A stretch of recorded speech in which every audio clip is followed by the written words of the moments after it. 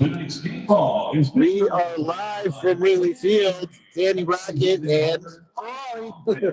So we're sitting near the first row section 307.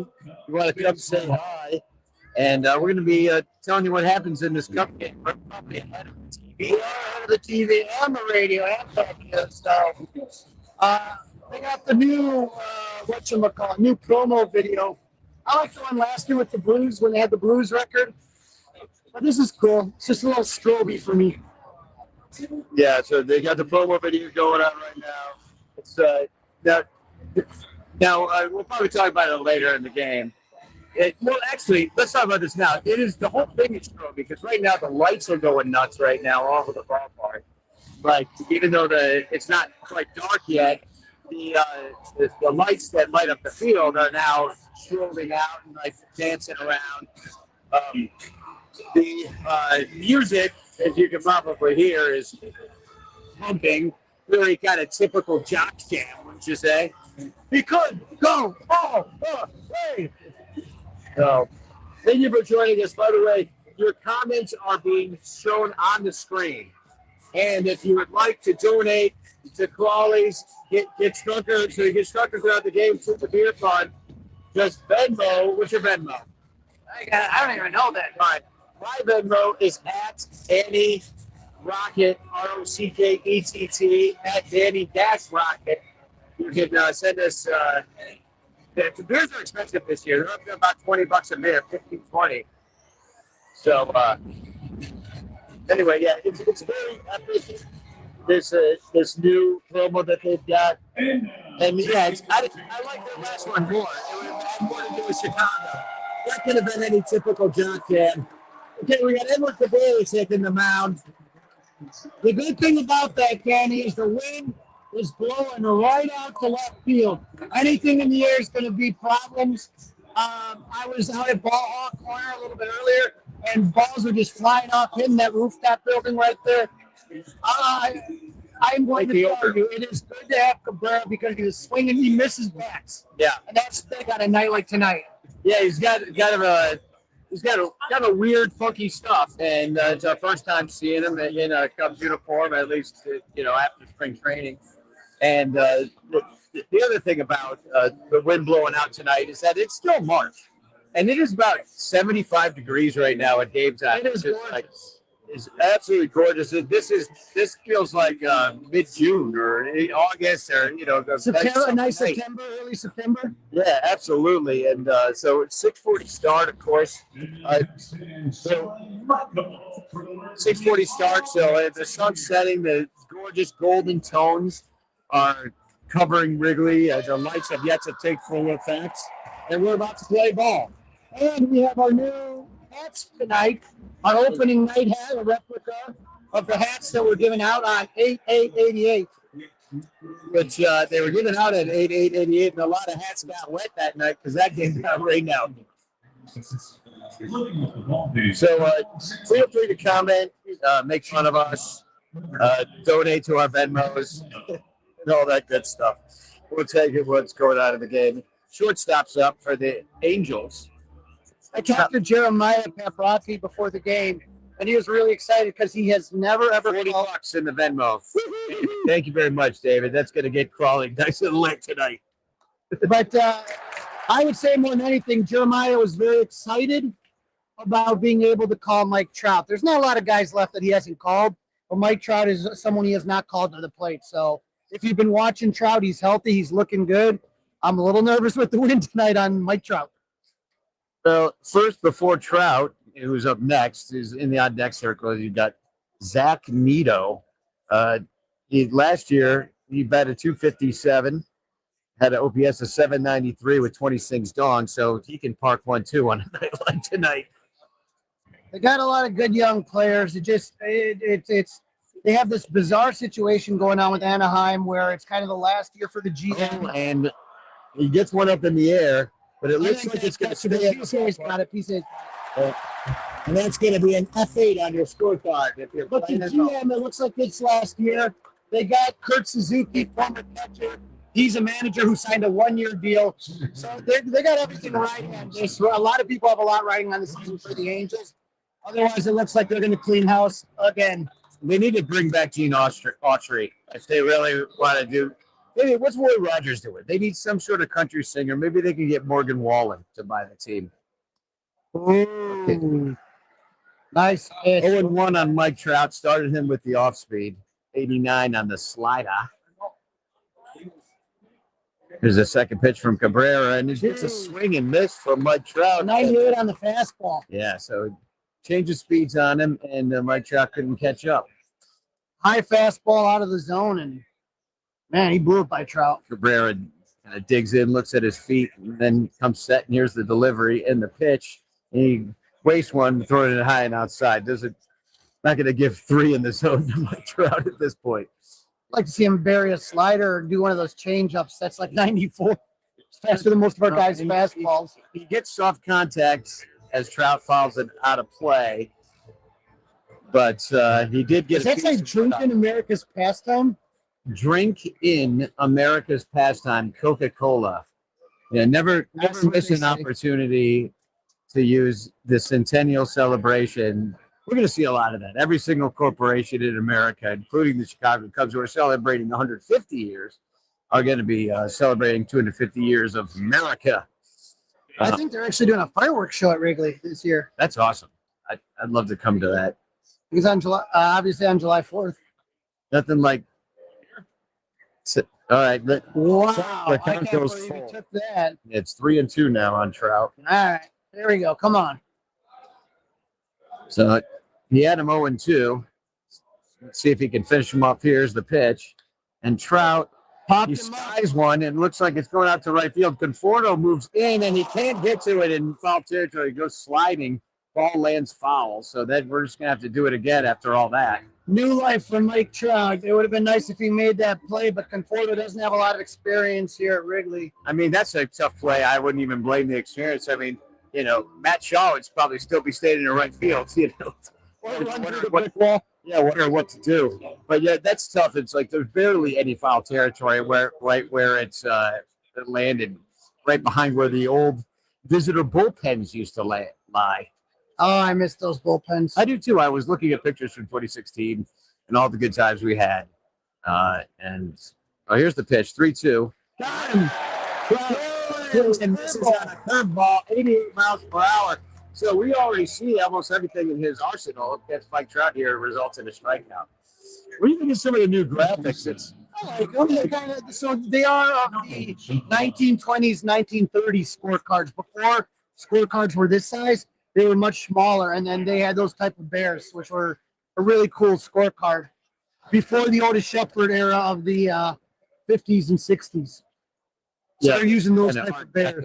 Yeah, they're really leaning into the 150 year. Show you the scorecard here. We've got pictures of the old team from 1876, 1870, 1884. So all the old baseball clubs. Cubs being a founding member of the National League, which also started in 1876 right here in Chicago. William Holbert. Is he the first president of the National League? I'm not sure. That is my understanding. This is a scorecard from 1938 that I have, an original. And you can kind of see that's kind of the graphics that they're using right here. Yeah. Oh, very cool. Yeah. They're cool. They're sort of creepy. Like in the same way like old Popeye movies are creepy. Old Mickey Mouse? Yeah, just a little creepy. They don't move right. Kind of like, when like in the horror movie when they do the crab walk on the ceiling, it's got that similar sort of herky-jerky vibe. Like anything AI, really. It has that sort of like cracked out feeling. Okay, it's 2-2 here on Nolan Schnanuel, Awesome Pepper Incorporated. We're gonna do it. Rolling inside. We're going to do it again. Count goes full on him as that's the how many pitch of the at bat? So it's 17. Yeah. Now 17 of the inning. Now a lot of these guys had a really good series against Houston. Their hitters were great. And if you take a look at the batter in the on deck circle, Cub fans will remember Jorge Soler, hip hip Jorge. Oh, and that is number 3. Lines it out to right, easy fly ball. Conforto throws it into the bleachers. A lucky fan has a souvenir. He's now thrown in the bleachers more time than Kyle Tucker did all last year. Exactly. Yeah, Kyle knew he wasn't long for this city, I think. Okay, now the umpire's looking at Cabrera's glove. He was looking down his pants for a second, it looked like. Okay. So this is cutesy kind of stuff that I. So this is like. We're showing Miguel Amaya on the big board right now. Now he's got a new facial hair Mustache, little stash, and the little landing strip. You know what I mean? He kind of looks like a Three Musketeer. I can see that. But he looks. Now Miguel looks a little thicker to me than he did. I mean, he's older. The rookie days are gone. I mean, we haven't seen him a lot just because he's been hurt his whole career. But I kind of noticed, like, when I saw him in the leg, he was like, hey, he got back, you know what I mean? And I was like, and then you see him jack out a home run on, the second game of the season.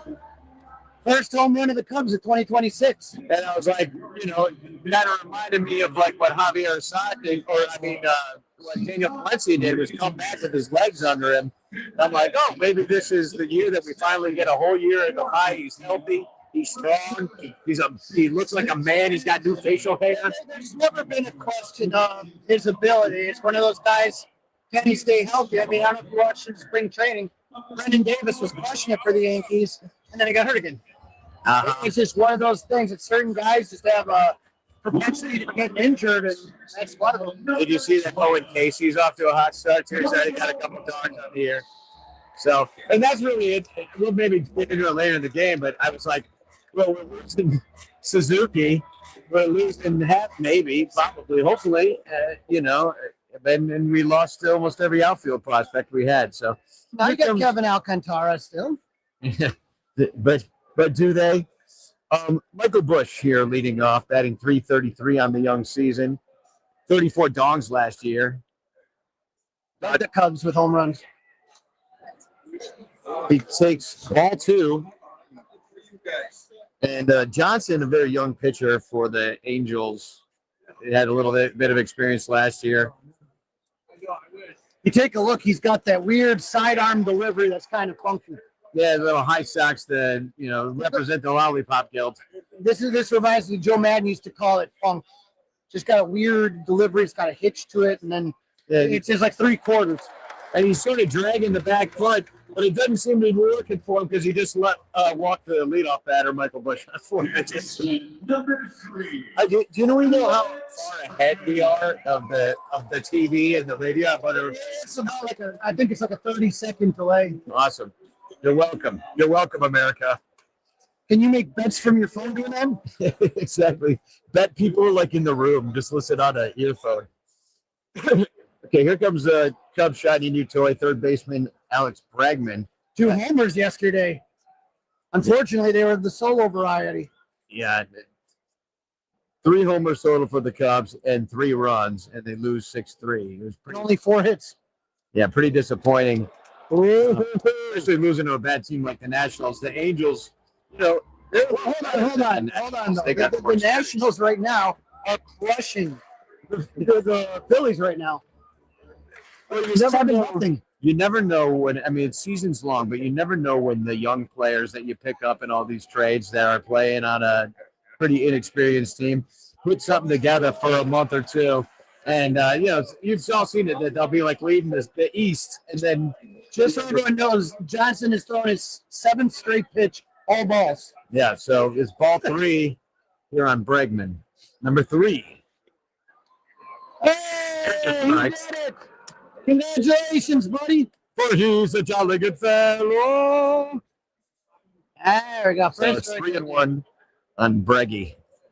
And what do you think of the term Breggy bomb? I'm fine with it. It flows. And there's strike 2. Bregman kind of knew he digs in, maybe borderline pitch. So they're not going to challenge this early in the game. Not here. Unless it's egregious, as JD likes to call it. And we can look it up, too, to see. Okay. Pops it up. Looks like the shortstop's going to get to it. Out in short center field. Calls it in. And there's 1 out. But Michael Busch walks and remains on first base. Here comes Ian Happ, the 3 hitter. which I know is everybody's favorite position to bat him. I mean, unless you flip him and Bush, there's really nothing you can do till Seiya gets back. Well, they don't really have the exact kind of power structure that they had maybe with Kyle Tucker in the lineup. It changes things. They have a lot of contact guys who can drive the ball, hit, certainly slug, not necessarily with. I mean, you might have multiple guys with between 20 and 30 home runs. There were 6 last year on the Cubs that had 20 or more home runs. Which I think I'd rather that, except for when you end up with a situation like yesterday where you have 3 solo home runs and 3 runs. Now, I've been kind of waiting to see how the Cubs employ some strategy regarding the ABS, and I haven't seen it just yet. Yeah, I'm curious too. When you think about it, the Cubs have a lot of guys with good eyes as far as Nico and Bush and Bregman and Ian Happ and Teo when he gets back. It's kind of like, how's this going to work, you know? We saw teams be wrong this last weekend, and it cost them challenges. And, you know. I think every hitter thinks that C.B. Buckner has the wrong call on that. Well, he did the other day. Had 6, right in a row. But the Red Sox used all their challenges as well, and there was a whole bunch of bad calls later. Yeah. Yeah, some of these umpires, once they see the scorecard on them, we've known the scorecard for a while, but now it'll be kind of known in the game. What it takes away is the fact that C.B. Buckner might just be calling the low ball a strike, and once a hitter knows that, they can adjust in the game. That's kind of off. 2-2 on Ian Happ. Oh, there's a wild pitch away. Wasn't even close. Got to throw it behind him. Johnson has not had it. He's been wild. Yeah. Every single hitter has had at least 3 balls in the count.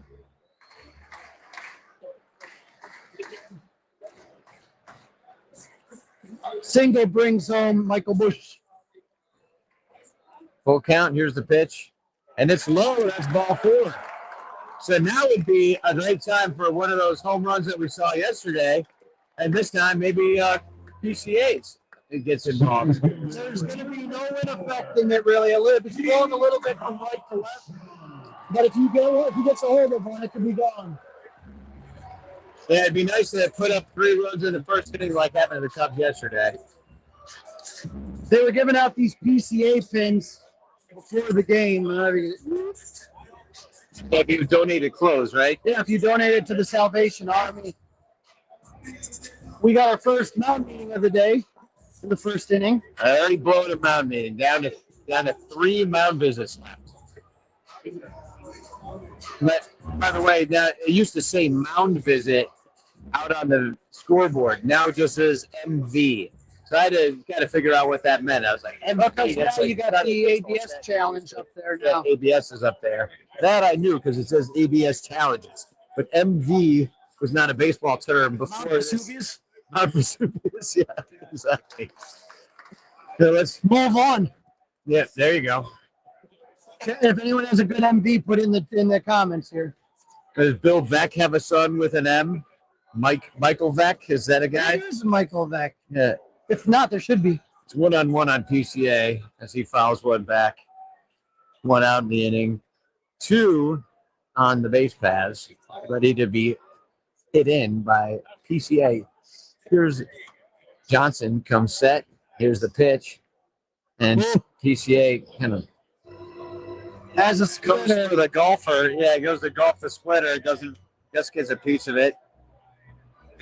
Just his batting gloves, looks down there. They're not like us.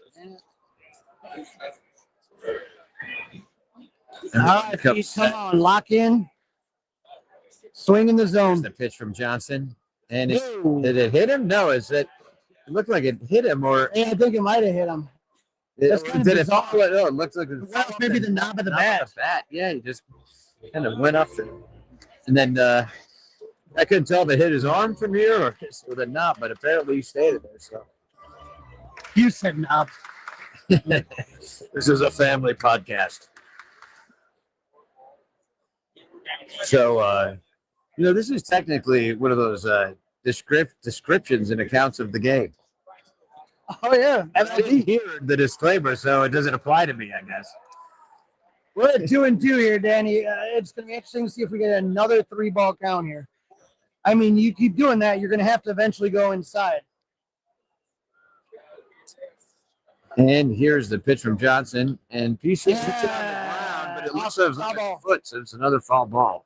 We'll do This it is a again. painful at bat for PCA. Yeah, he's fouled a couple off himself.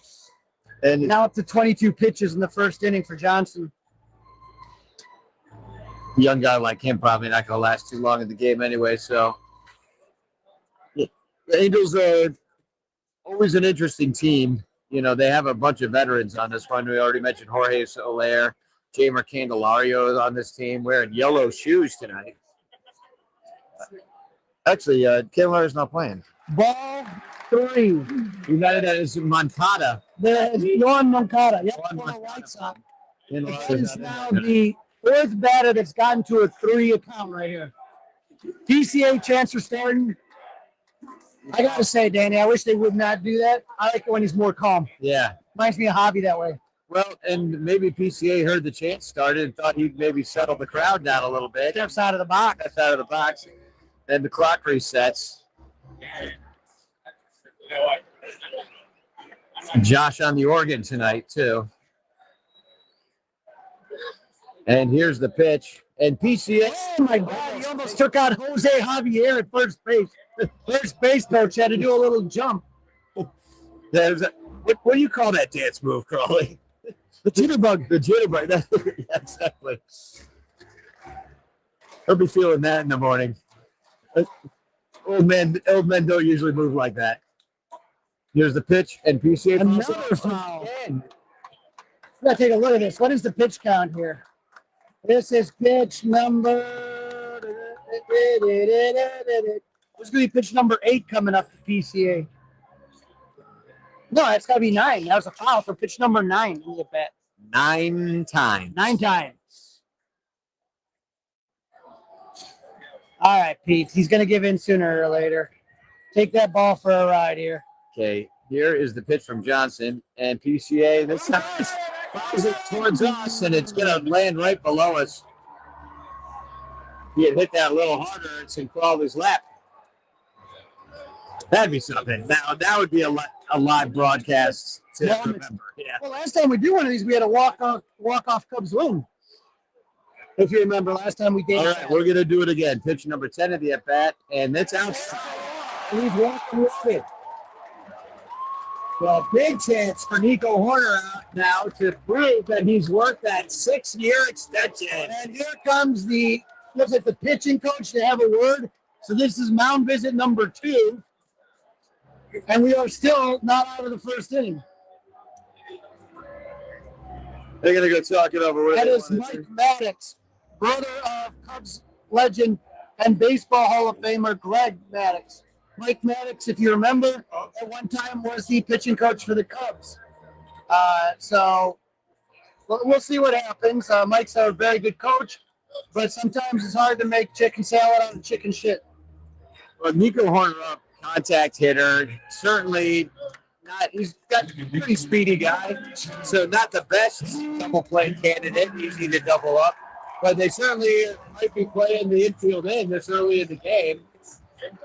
But at this point, the guy's walking everybody. Maybe you stand up there and you take a pitch. Take some pitches. I would not be bunting. I wonder if Don't give him a free out. This guy can't get a ball in the strike zone. Yeah, and now he did. It's strike 1. You knew that was coming. 94-mile-per-hour sinker right down the pipe. But again, make him throw strikes. Make him show that he can do that. If you take a look, that was pretty much middle. Yeah, Nico steps back into the box. I wouldn't swing here Johnson either. comes set. Here's the pitch. And Nico skies it high in the air, but I don't think It'll drive it around. It'll drive it around. Yeah, it's just going to be Bush tags up. Sack fly. Cubs are up. 1-0. Time for a pot shot. And it lands. Every time the Cubs do something good, you get to see Crawly's crotch as he hangs the flag over the railing. We're in the first row, by the way.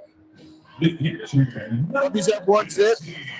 Nice to jump out to a lead, but you certainly want more in this inning. Carson Kelly had a great year last year. Let's see if he can get one in that jet stream. This kind of feels like, PCA is a lefty, but if you're a righty hitter going out swinging out to left field, if you could pull one, here's the pitch. Carson takes ball 1. If you pull one, it's going to end up on Waveland. Maybe Dave will get it. Well, and I wonder if you do something like this. I don't think that. If you want to hit something like a double steal or something. Oh, no. Popped him up. He dropped the ball. And the Cubs are going to score. PCA. It's not fixing. And the Cubs are up 3-0 as both runs score. As the ball drops between the center fielder, the shortstop, and the right fielder. So Joe Attell, Mike Trout, there's a tweener. It was right in between 3 guys, left fielder, right fielder, second base. Right in the middle of everybody. The shortstop is kind of looking out. Who's the shortstop? It's Nito. He's kind of looking out at Mike Trout like, I say, what the hell happened there? And here comes Moises Ballesteros. Let's see if the Cubs can get some more. Kelly's in at first base, and here's another pop fly, and it's in no man's land again. And this time the left fielder is able to haul it in. Is that low or low? Low. Low? 3 strikes for the Cubs in the first inning. So just like that done to them yesterday, we did it to them. And you know what? I have a scorecard. I'm not even keeping score. I'm forgetting because we're calling the game. Yeah, Washington's up 7-0 on Philly. Joey Beamer continues to tear it up. I mean, they're just off to a hot start. I don't feel as bad as I did earlier.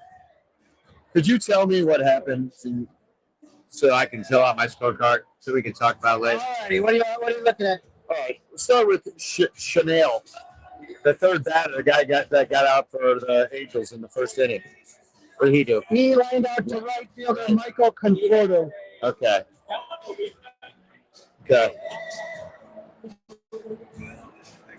So you're good there. Put the little X there to end the inning. There you go.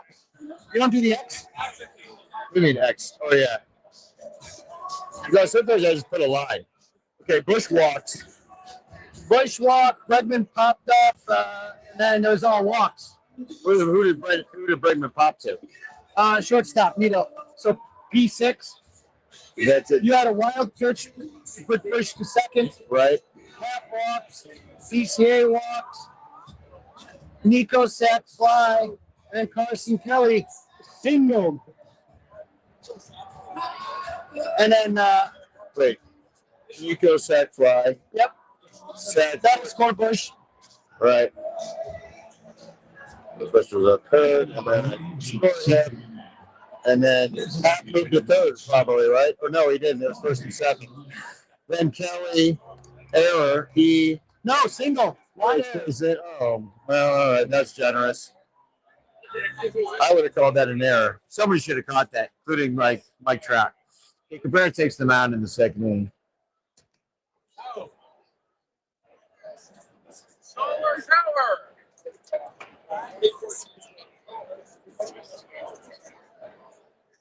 Not even a single and an error? No. Why would it be a single and an error? Well, yeah, it's true. Why would it be? But I don't know. There wasn't an error after the it's a run all the way from first base. It just seemed like 2 outs. 2 outs. I get it. Yeah. Contact is what it is.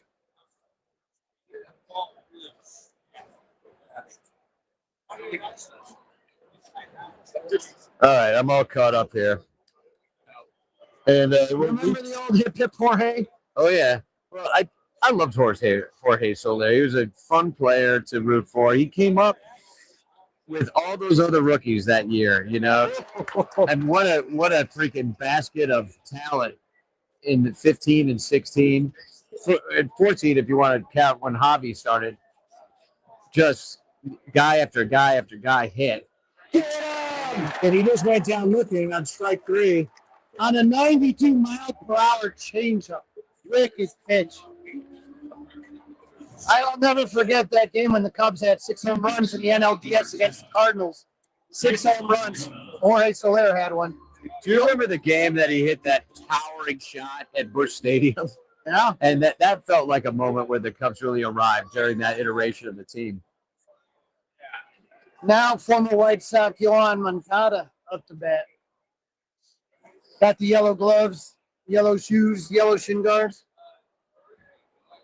Yeah, I noticed Bregman had yellow shoes on yesterday. Too.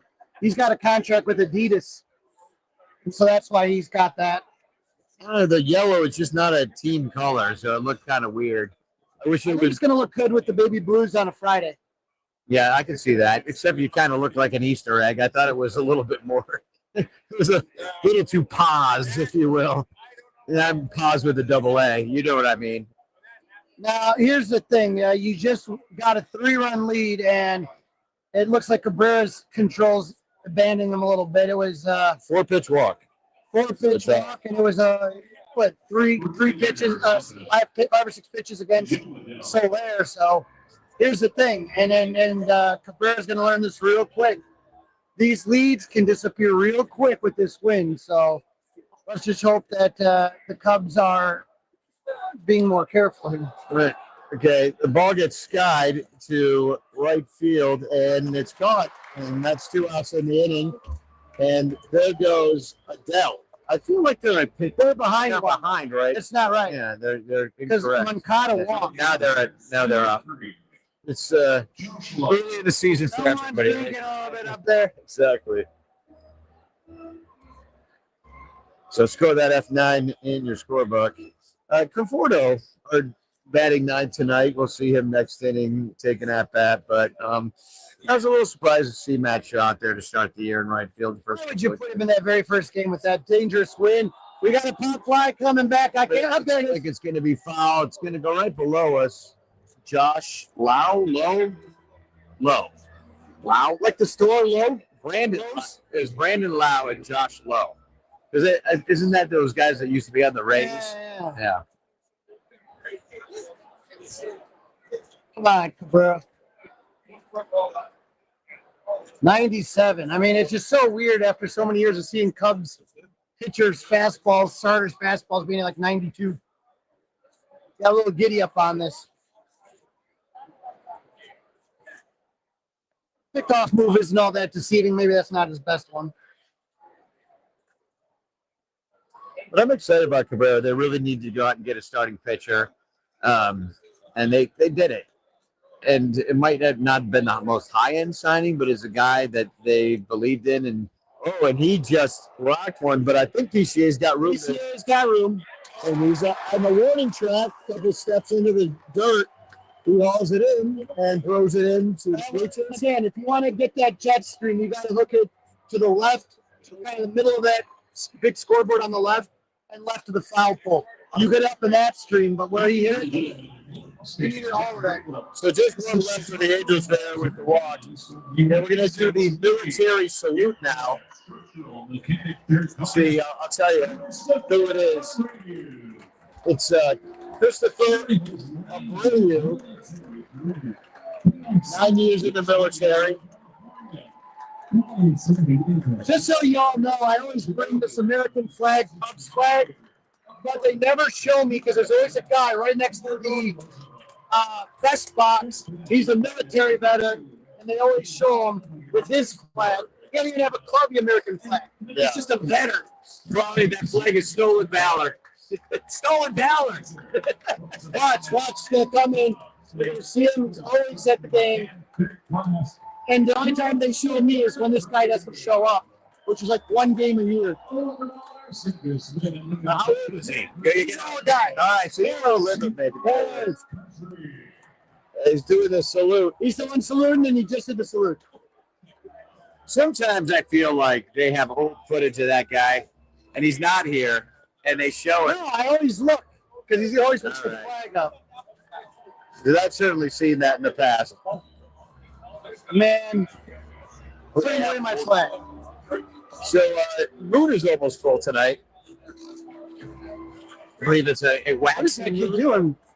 That was bizarre. Kids are weird. They're gonna get weirder now, and to be trained by AI. You know. Here comes Dansby Swanson. Got no hits. No. He had a really good spring though, and I know he was working really hard on his offense, but we'll see what happens. That's what Jason Hayward used to say every year, remember? Hayward just retired, but he always every time we come back to Cup, Jay Hayes working on his swing. Yeah, remember the new Oh, swing? he's working on his swing. I wrote a song, Doug, to Pretty in Pink. Hayward's new swing. Better speed. Hayward's new swing. Okay, Dansby Swanson takes ball one. A lot of ball one tonight. A lot of ball three. And a few ball fours. Yeah, you wonder how long Johnson's going to be able to go. Just That was a pitch. laborious inning. There's ball two. 90 miles on the cutter. And here's the pitch again. Strike one as Dansby fouls it back. I mean, Dansby, sure, it's been a little less than we would have liked with the bat. But 24 dogs last year is nothing to sneeze at. This time he skies one in the air. It's not going to quite make the bleachers as the left fielder was on the transfer. hauls it in and then immediately drops it. It was on the transfer. That's an out. So They're going to show the replay right now, but I think that he caught it and then he went to transfer and he dropped it. They're showing the replay now. caught. In his glove, it's caught, and then that's the transfer. Yeah. That is not. I mean, he did look like an idiot, so we have that going for He us. didn't look comfortable. No. Well, I mean, you got the bleacher creatures out there giving you the business the entire game. With Telling the you win. you suck with the win. Yep. Looking up your high school girlfriend's photo.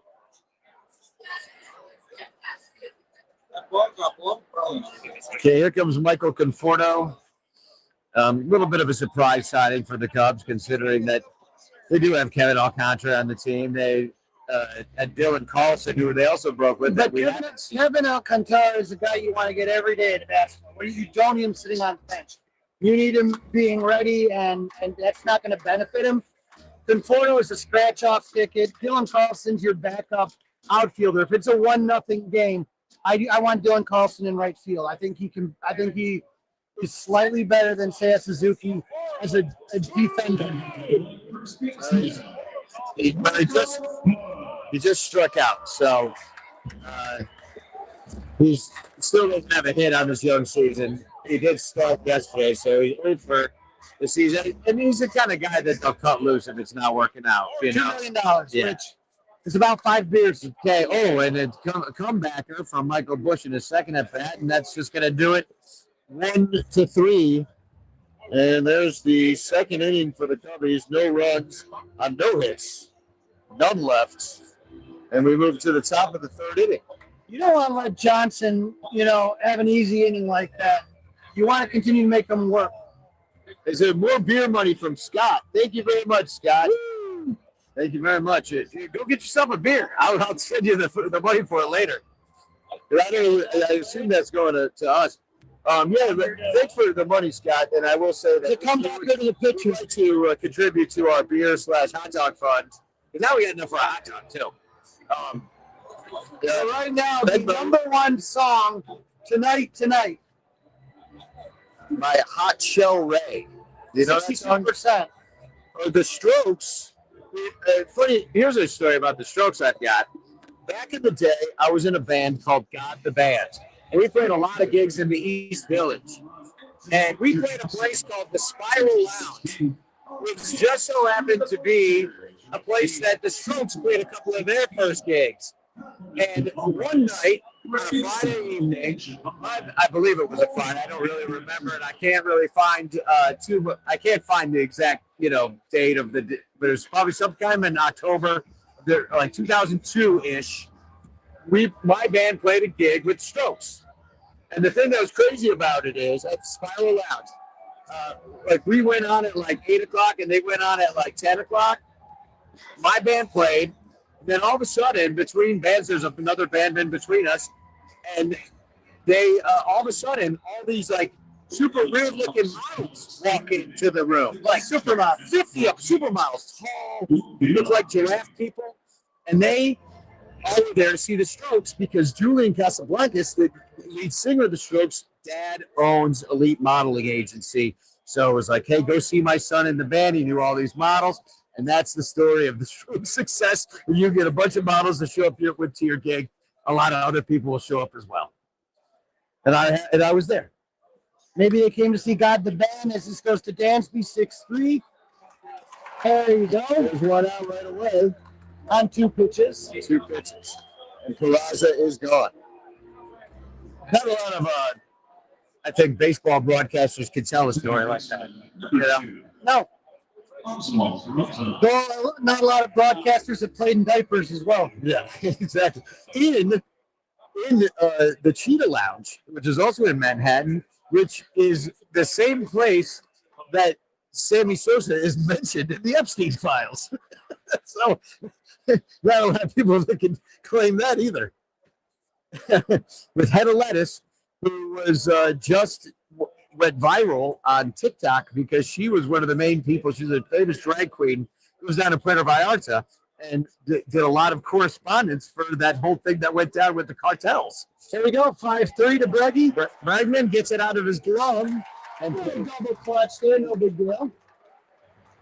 5-3 on the leadoff hitter, Nito. So thanks for donating to our fund here. It's at Danny Rockett with 2 T's in Rocket on Venmo. At Danny Rockett. I think I'm going to start Danny Rockett with 1 T to see if I can maybe get some money off you. A little cash. Here's the pitch, and he did he check the swing? He did not, and it's strike 1. Like Trout, by the way, up, and he struck out last time up. See if we can get him again. Well, you want to end this right here. Get it? You want to get Zach Nito. Wait, is it Zach Nito? Yeah, it's Zach Nito. Okay. Yeah. And there it is. 3-1. Very efficient, easy inning for Edward Cabrera. And Mike Trout will come up with nobody on base. That's what you like to see. Now, if you're the Cubs, you want to go at Ryan Johnson. That's the key right now. All right. I suck at keeping score and doing the broadcast at once. I'm known for Pat Hughes. But I think I screwed this up. And this would be your F8. And this is your 6-3. I have 4 outs in an inning. That's how. Namia Shimada played out to Conforto. Right. And then we had Mike Trout. No, that's first inning. No, what did O'Hop do? No, it was O'Hop ground out to shortstop 6-3. 6-3. Then 5-3. Then 3-1. 3-1, yeah. Yeah, it's hard to keep that, Pat Hughes is, I can't see. Obviously a Hall of Fame broadcaster, but there's so much to keep track of in a baseball game. And also be smooth with the stories he tells. And on top of that, he's got to talk about North Shore Adult Diapers. We are not actually sponsored by North Shore Adult Diapers. We just use them. But we just use them. And that's how we're able to sit here the entire game and not have to get up. Now, I have not used my adult diaper yet because I did manage to take before the game. But I'm drinking some water here. And there's a good chance that at some point I might be using the trough that is the North Shore Adult Diaper. So here comes Alex Bregman leading off the inning. He's a guy I could see hitting a home run today. Now, his walk-up music's pretty uninspiring. Yeah, it is boring. He fouls one off. I don't even know that song, but it stinks. What I Want? Is that right? Yeah, I mean, there are better Morgan Wallens than that one. But I guess he likes that one. He wants the slow vibe. Maybe it relaxes him. Probably, what would your walk-up song be? I mean, you might have multiple for each at bat, but what's one that comes to Boy, mind? I think "Welcome to the Jungle" would be fun. Just that guitar intro. And that's more like a reliever song. I was going to say, hits it right to the left field. He hit it hard, 101 miles per hour off the bat, but right at the left fielder. How about "Why Can't We Be Friends" by Wolf? I like that. It's a nice one. I always like, there's a bit of a deep cut, but if you're familiar with the band Ween, I always like the song "It's Gonna Be a Long Night." One of my favorite songs. Now, Carson Kelly does it right because he has the walk-up song where everyone's supposed to sing "Be My Little Baby" from Eddie Money, And he skies it. This one might make the Blitz. Wrigley's third home run of the young season. They hit 163 home runs. He and half rounds of bases. There it is. He and half crosses the plate. It's another solo shot for Ian. But that makes it third. That's runs. And if Ian Happ is going to hit 40 home runs this year, look at that right now. Ian Happ with the haters. I mean, that might get him an extension before the night's out. You know, if he's going to keep it like this as in the last year of his contract. I wish Jed would Venmo us some beer money. Yeah, he's got deeper pockets. He's been feeling very generous lately. Pico Armstrong to the plate. And he wanted a home run on that one. That was the home run swing, Pete. And if you remember, he had about a 10, 11 pitch at bat last time he was up. So he saw quite a bit of Johnson. We'll let you fill in the blanks there. And he's going to follow down the right field line. 1-2 on it. He walked last time up. He goes back in the first inning. Scored on that single by Kelly that should have been an error, in my opinion. This is freaking Major League Baseball. Mike Trout's a freaking MVP. That should count for something. Like, get to the ball. Gold Glover my ass. Here's the pitch. Oh, that goes flying. And luckily, now this is the second time he's almost killed the first base coach. He almost impaled again, Jose Javier. He's going to have to go get a new bat. Bat boy comes out. You see, he takes a half practice swing. And I just got a text from Bleacher Jerry that says, "Walk your Hap so hot." Yeah, walk your hat. Walk your hat playing for that contract. Maybe it'll be a Pittsburgh Pirate where they're finally about to emerge and go back to his hometown and help them to a central title. Hope not, but you can't ever feel bad for the Pirates, except for in 2015 because that was we were long suffering at that point, so I had no love for anybody. But now, like, if the Pirates, I would like to see them get back to it at some point. Maybe on an off year for the Cubs in the future. Yeah, boy. Not that I want to see one of those, but they happen. But you're saying if the Cubs aren't in it, you'd rather the Pirates win it than, say, Milwaukee or St. Louis. Yeah. 2-2 and 2-2. Second baseman.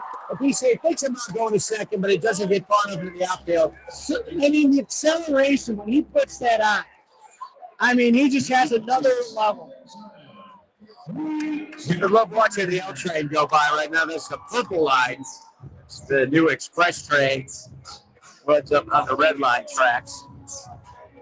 It's such a unique aspect of this ballpark watching the match You used to go be by. able to see it all over the place. Now it's kind of get these little peaks. Yeah, little peaks. You little peak of the lake too if you go high up enough. Here comes Nico. Swings and misses. Strike one.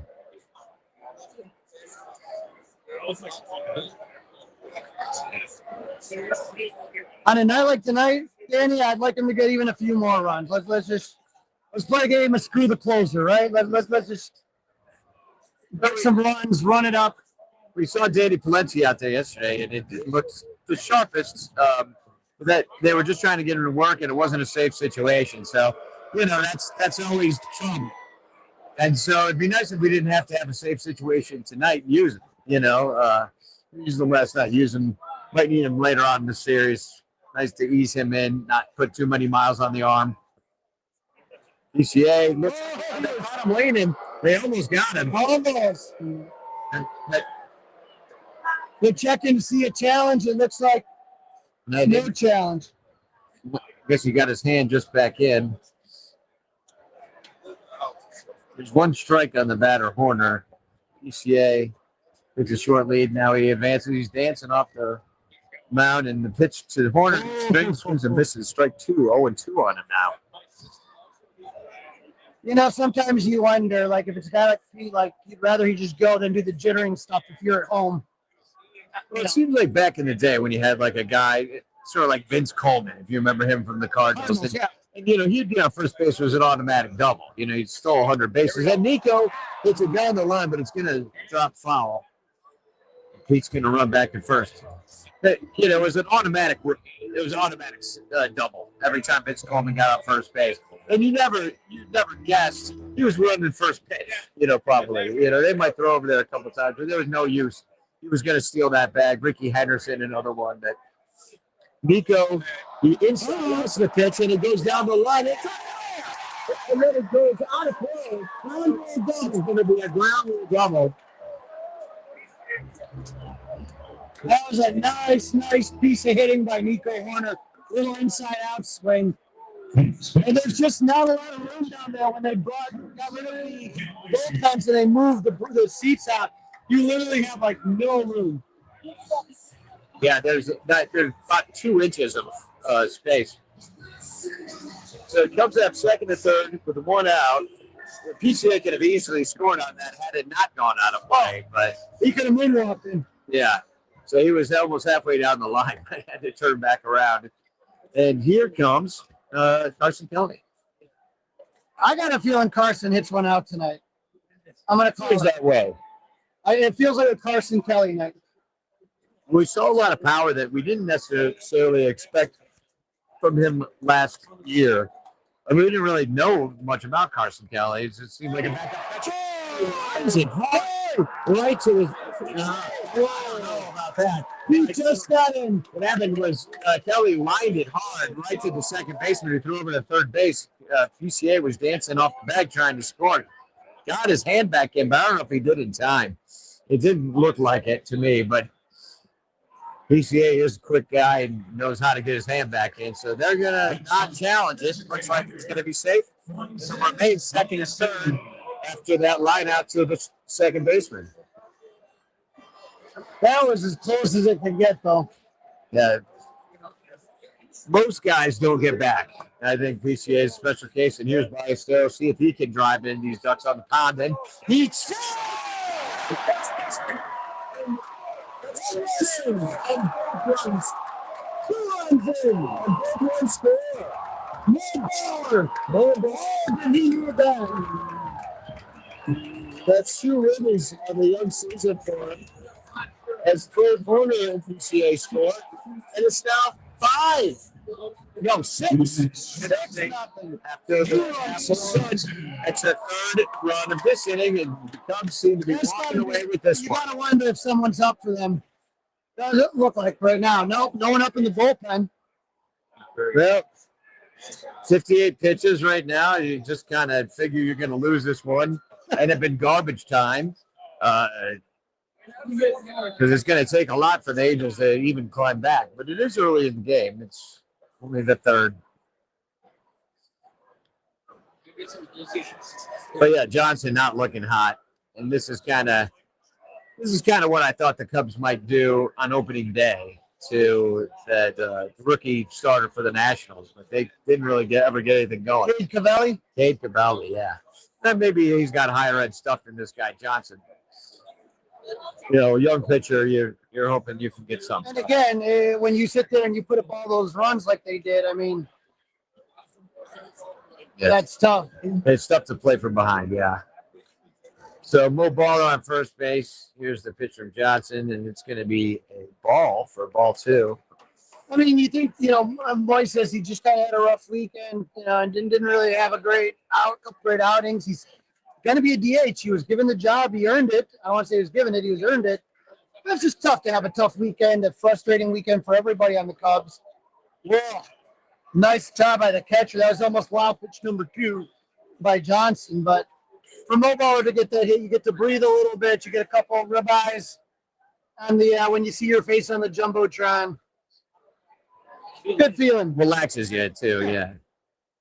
And the Cubs are certainly hitting tonight. I mean, we didn't see a lot this weekend. It was 3 home runs yesterday. It was, No. 10 run You had Saturday. Game 1, you were 4 for 19 with runners in scoring position. Yeah.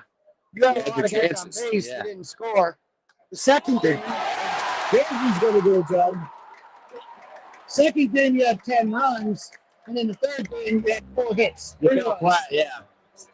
So, yeah, I mean, I guess, remember, this has been the frustrating thing the last bunch of years is, having that run differential that looks like you should be winning more than you are.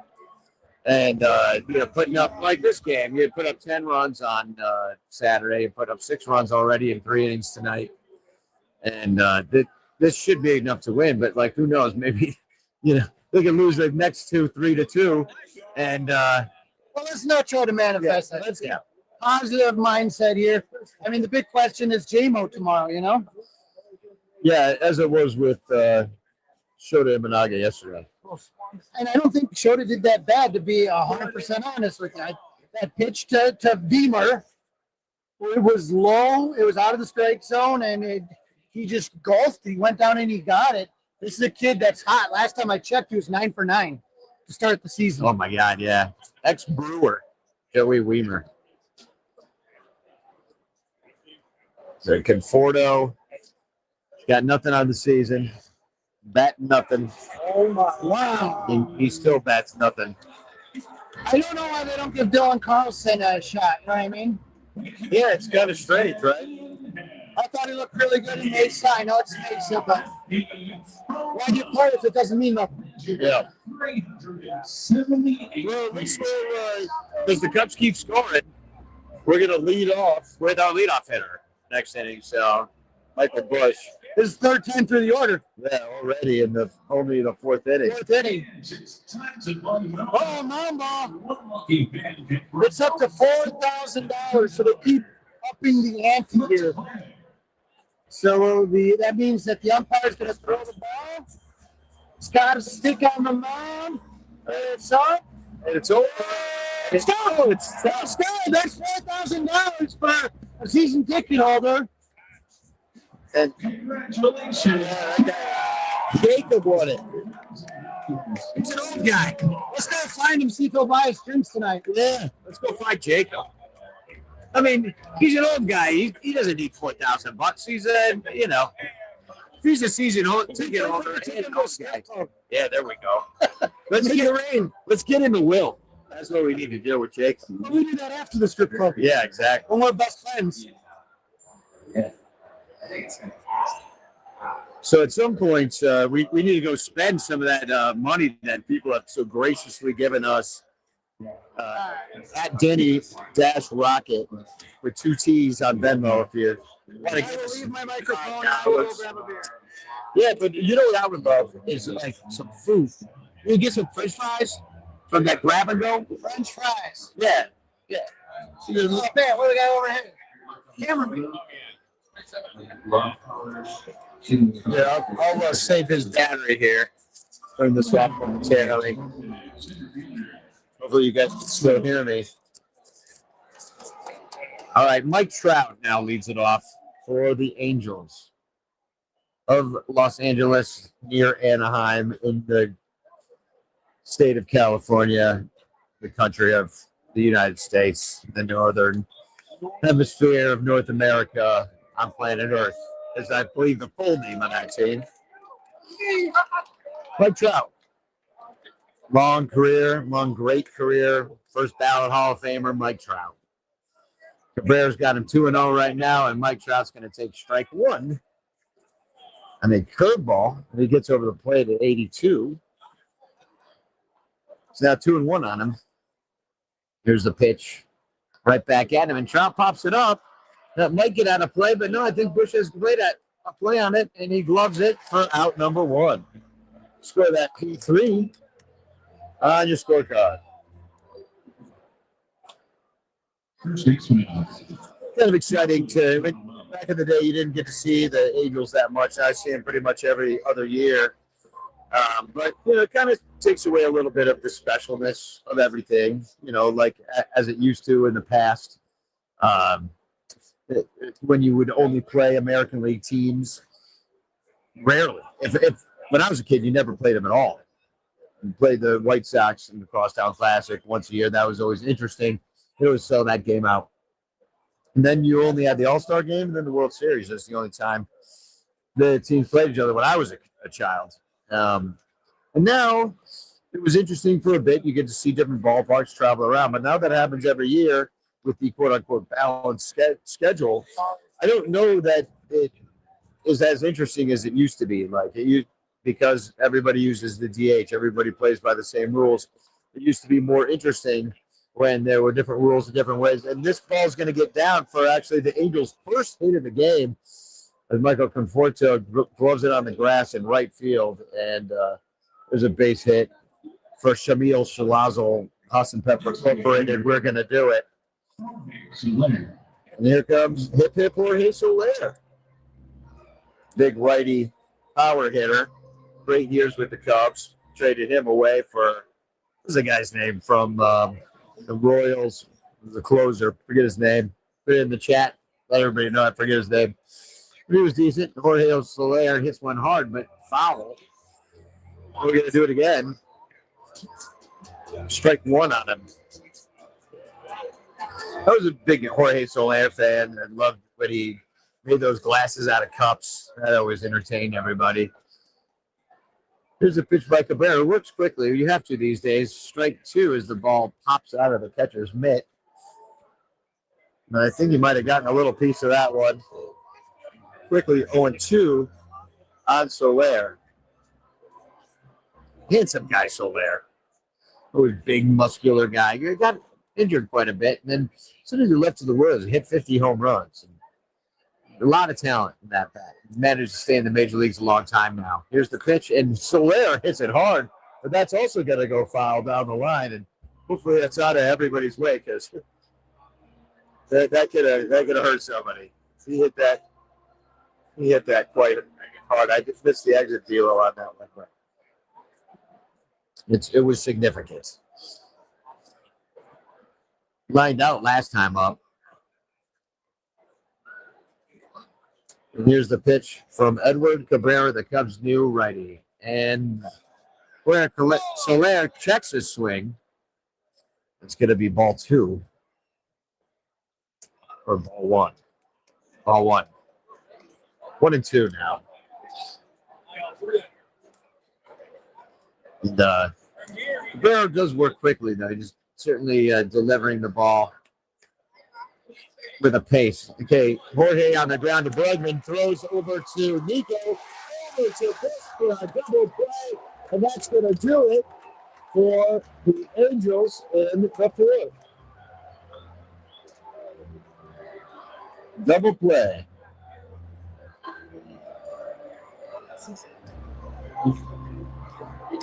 Nice to see. Cubs defense is actually, that infield is going to be here for a while. You think about the Nico 6-year contract. Bush is still under control for a bit. And then on top of that, you have Bregman, who they signed long-term, and Tasby for a few more years. So for the foreseeable future, the Cubs are pretty set up, not since Tinker's ever's a chance. Have you had really a lineup that you could kind of pencil up there every single day? Who's the last guy? Harry Steinfeld, I think, is the third baseman. For Tinker's ever's a chance trio. He was the third baseman. Johnson's still out there on the mound, by the way, for the Angels, so they're just going to go with him, try to save their bullpen, live to play another day. And the bleachers pretty full tonight, pretty packed, as you kind of would expect on a beautiful night here in Chicago. Unseasonably warm, really. which brought a lot of people out to the ballpark. I would say even the stands are probably 8/10 full, 8, 9/10 full. Not too many empty seats in the house tonight. But yeah, there's going to be stability on the north side of the infield. Outfield's a different story, of course, with the expiring contracts of Suzuki and Happ. We'll see what they do there. If Ian Happ keeps in like this, any team would love to have him. And I don't know that the Cubs are willing to spend the money at this point. But I would imagine that Ian Happ wouldn't mind staying in Chicago. No, Crawly's back with my fries. So we'll let him. Nice. Hey, it's a little fries. I'll tell you, buddy, that's what you get. How much they charge for fries like this? I don't even know. But Because they do things now with it's like all on cards. You just walk in, so you never really know what you're spending. thanks to our fry. I got a nice, delicious mango cart, but I will tell you, I went to go get a beer, and who did I run into in line but Al Capone? And same thing I said earlier, they are squeezing out the beer vendors for these grab and goes. So all the good beers they took away from the vendor carts, and they put them in these grab and go stations. So either I got to drink, I don't know. I like to kind of mix my beers up when I go there. So it's like I just don't have options when I go to the beer cart. The 1-2 now on the lead up hitter Bush. So what are you drinking there now? Mango Cart by Golden Road. It's very good. I always tell people, like, if you've ever, like, when you were a kid, did you ever used to have, like, it was Tim. Did you ever have a fruit cocktail? And then when you're done with the fruit cocktail, you drink the syrup? Yeah. It tastes like the syrup. See, that's a little too sweet for my taste today. It's 2-2, by the way, on Bush. Yeah, I don't really never like the sweet beers that much. I kind of like beer-flavored beer. Like, your first beer of the night was an old style. Classic. That's what I like, is a beer-flavored beer. I don't drink beer anymore, but if I'm going to drink like an NA, I'll get like a Busch Light. I'm just lawn mowing beer. That's my style. Yeah, the old Busch Latte. That's a nice walk from Michael Busch. I mean, this is unbelievable, Johnson. We're just going to leave him out there to wear all this, I guess. Maybe they get 5 innings out of him. They can do this. I could try. Well, it's 6-0. You could climb back in. 72 pitches. You want to keep him stretched out. Maybe they try to get this inning out of him. So what you're saying basically is that they have, they're waving the white flag. They have surrendered. I mean, I don't see any team would do that in the 4th inning of any game, especially with the wind blowing out here, Wrigley and Mike Trout in your lineup. But because he put together a good inning, you can climb back in pretty easily. Cabrera has gotten through the order 1.5 times at this point, but good. The 3rd time through is always that kind of magic charm. Bregman's going to hit a single, make a person second. Nobody out. But so I don't know if Johnson is going to make it at this point. Because now you got Ian Happ, who homered his last at bat. I mean, that ball was right on the tee. And scalded. Yeah, that was not a cheap hit. I need your love. I need your love. Anyway, thanks for all of you that donated. Sure. Because we got a beer and some fries. I got to send Crawly. You don't know your Venmo? Because you paid. Now I got to Venmo you. It's all this roundabout thing. We'll figure it out. That's okay. But we're having a good time here tonight. Thanks for tuning in. We're having fun. It's a beautiful night for baseball. The beers are going down cold. Well, not for nothing. I think that a calling of the game by you and me is actually a pretty. I think it rivals some major league broadcasts out there. I'm dead serious. We know a lot about the game. Not the two. Who's the guy that does the White Sox play-by-play? He's awful. What's his name? I can't remember. I try to forget him. I mean, would you rather hear us? Oh yeah. Or Zach Zaidman? You know what I mean? Come on now. So, just saying. You know, at least with us, you kind of know what's going on, and we have interesting stories about the strokes. Okay, that's going to be ball one. It's now 1 and 2 on half. See what Happer does here. I feel he's feeling it. He's feeling it. And running 3 consecutive games. Zach Zaidman doesn't eat fries, though, on camera. So I'll give him that. He's a lot more professional than I am.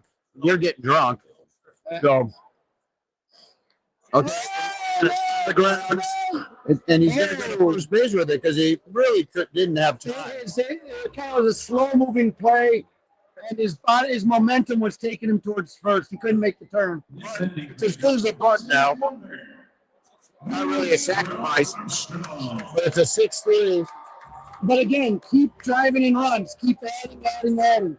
I know PCA wants to swing wildly here. Just make contact, man. That ball will go far.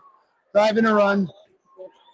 PCA ducks on the pound, 1 out, 2 on, 1 out, and PCA swings at garbage for strike 1. That's kind of what I was hoping he wouldn't do. Mm-hmm. They come in, he's done. I think they're tapping him out. Yeah, I think Johnson's done. Now, isn't that weird that they would give him 1 strike? And he literally. I think Suzuki was kind of half asleep by the time he got out there. Oh, he's not. I don't know. Did they signal him? Yeah, no, he just did. Now, was it possible they didn't like something that mechanically that they saw? That it was weird. Because they got the strike on him. The pitch sucked. They got 1 strike on him, Johnson. Time for a little YMCA, sports fans. There we go. In honor of Dorothy Fail. It's always fun when they play this early in the game. It means things are going well for the Cubbies. Now, what's strange is that when they do this bit, because it's an opener, I always find that odd. That is odd. And I will also say, because I'm a grumpy old man, I don't want to hear Sabrina Carpenter's OTO after. Yeah, you got to get the kids into it, though, you know? My kids learned how to do the YMCA dance at a very early age. Well, we really have to reclaim this song from Donald Trump. They're doing the double jerk off. That's not gonna do it. They got everything. Bill Murray. Is that Bill Murray? No. I think it's Bill Murray. I don't think Bill Murray sits in the far right corner. I don't think so either, but that guy looked like Bill Murray. Okay, now here comes the Chapel Road. Yeah, man, it throws me off. But look at all the girls; they're all dancing. They still dance to why. And all the kids, they love it. Guy was Bill Murray. He loves it. It's not Bill Murray. It looks more like the Bleacher Preacher. It's like a mix between the Bleacher Preacher and Bill Murray. Even the boys, even the young boys love this song.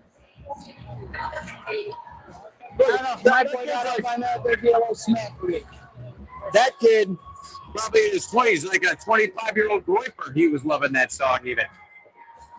See, like middle-aged people, they all love Chapel Roan. Here you are, a grumpy old man. It's a good song. It's not. It's a tradition. H-O-T-T-O-G-O. Well, now here's the problem. Now that you've done H-O-T-T-O-G-O, like, is that going to be like the safety dance of its moment? You know what I mean? Like, that it's like in 10 years, that'll just be such a, it's not going to last like the YMCA. Joey Lucchesi's on the mound. Play for Team Italy. Well.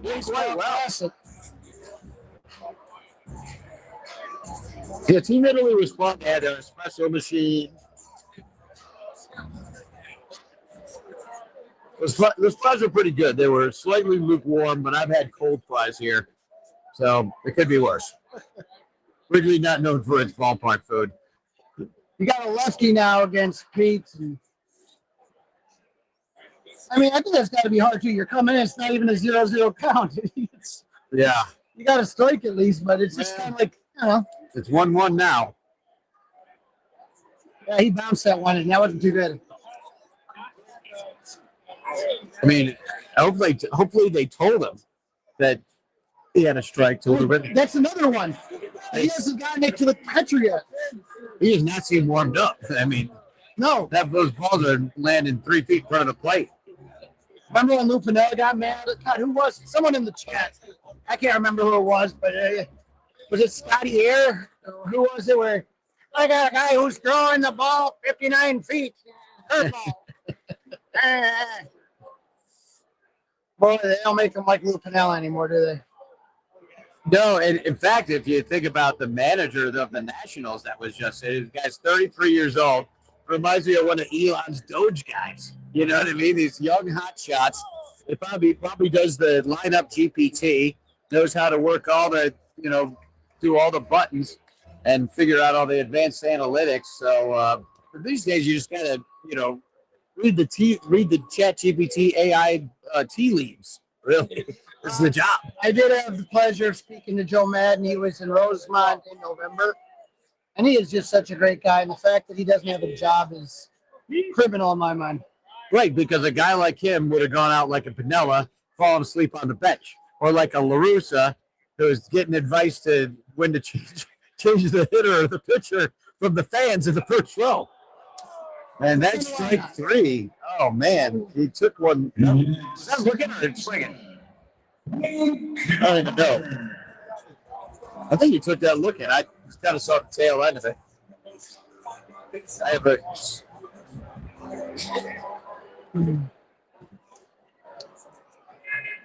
Yeah, K, but backwards K up on the board. Backwards K. That's what I thought. Here comes Horner facing the lefty. So they got the lefty in against Pete. Now you got the righty in Horner, and that's where the Cubs' versatility and how many lefty righties they have. Now they can match up, give problems to a lot of bullpens. Well, and if you put him on, you got Kelly right behind him, who's got a fair amount of power as well. Already 1 for 2 on the night. Horner 1 for 1.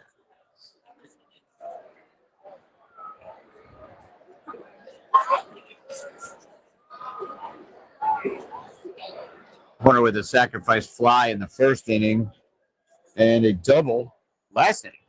Yep. So the Cubs getting their chances tonight, that's for sure. That was the pitch he wants back. 1 and 2. Holding the Cubs have 7 hits so far tonight. Boy, that wind just came out of nowhere. That was a nice gust there. Looks like they're taking 4 walks already tonight. 7 hits. A lot of base runners. Yeah, and it's in only four innings. Although I think some of those hits should have been errors. Yeah, never went off their glove or anything. It's the participation trophy umpires. Oh, and Nico to shortstop. He throws across the diamond and it just gets Nico, who is really sweet. He really was, yeah. They just got him. Lucchese limits the damage. Cubs welcome. Here we go. Unable to score. Hiawatha screw. I was trying to get in on this range game. Yeah, the range game is my specialty. Yeah, he's a trivia whiz. Okay, you ready? You can play at home. What's the question? How many regular nights games? What are we at right now? How many regular season night games have been played at Wrigley Field? Well, 88 times, let's say, 20 a year. It's like 600. No, I'm gonna say now. That's good. He's stopped at 980. I like it. That's 883. So he's wrong. He was nothing. The Cubs have a 471 and 412 record in night games at Wrigley Field. Maybe the Cubs should play more night games. That would make the Cubs happy. Well, it would make the fans happy because it's once, this is our first night game, as you can see from our giveaway hats. Replicas of the. Which of the following is a real name of a former Cubs player, real or fake?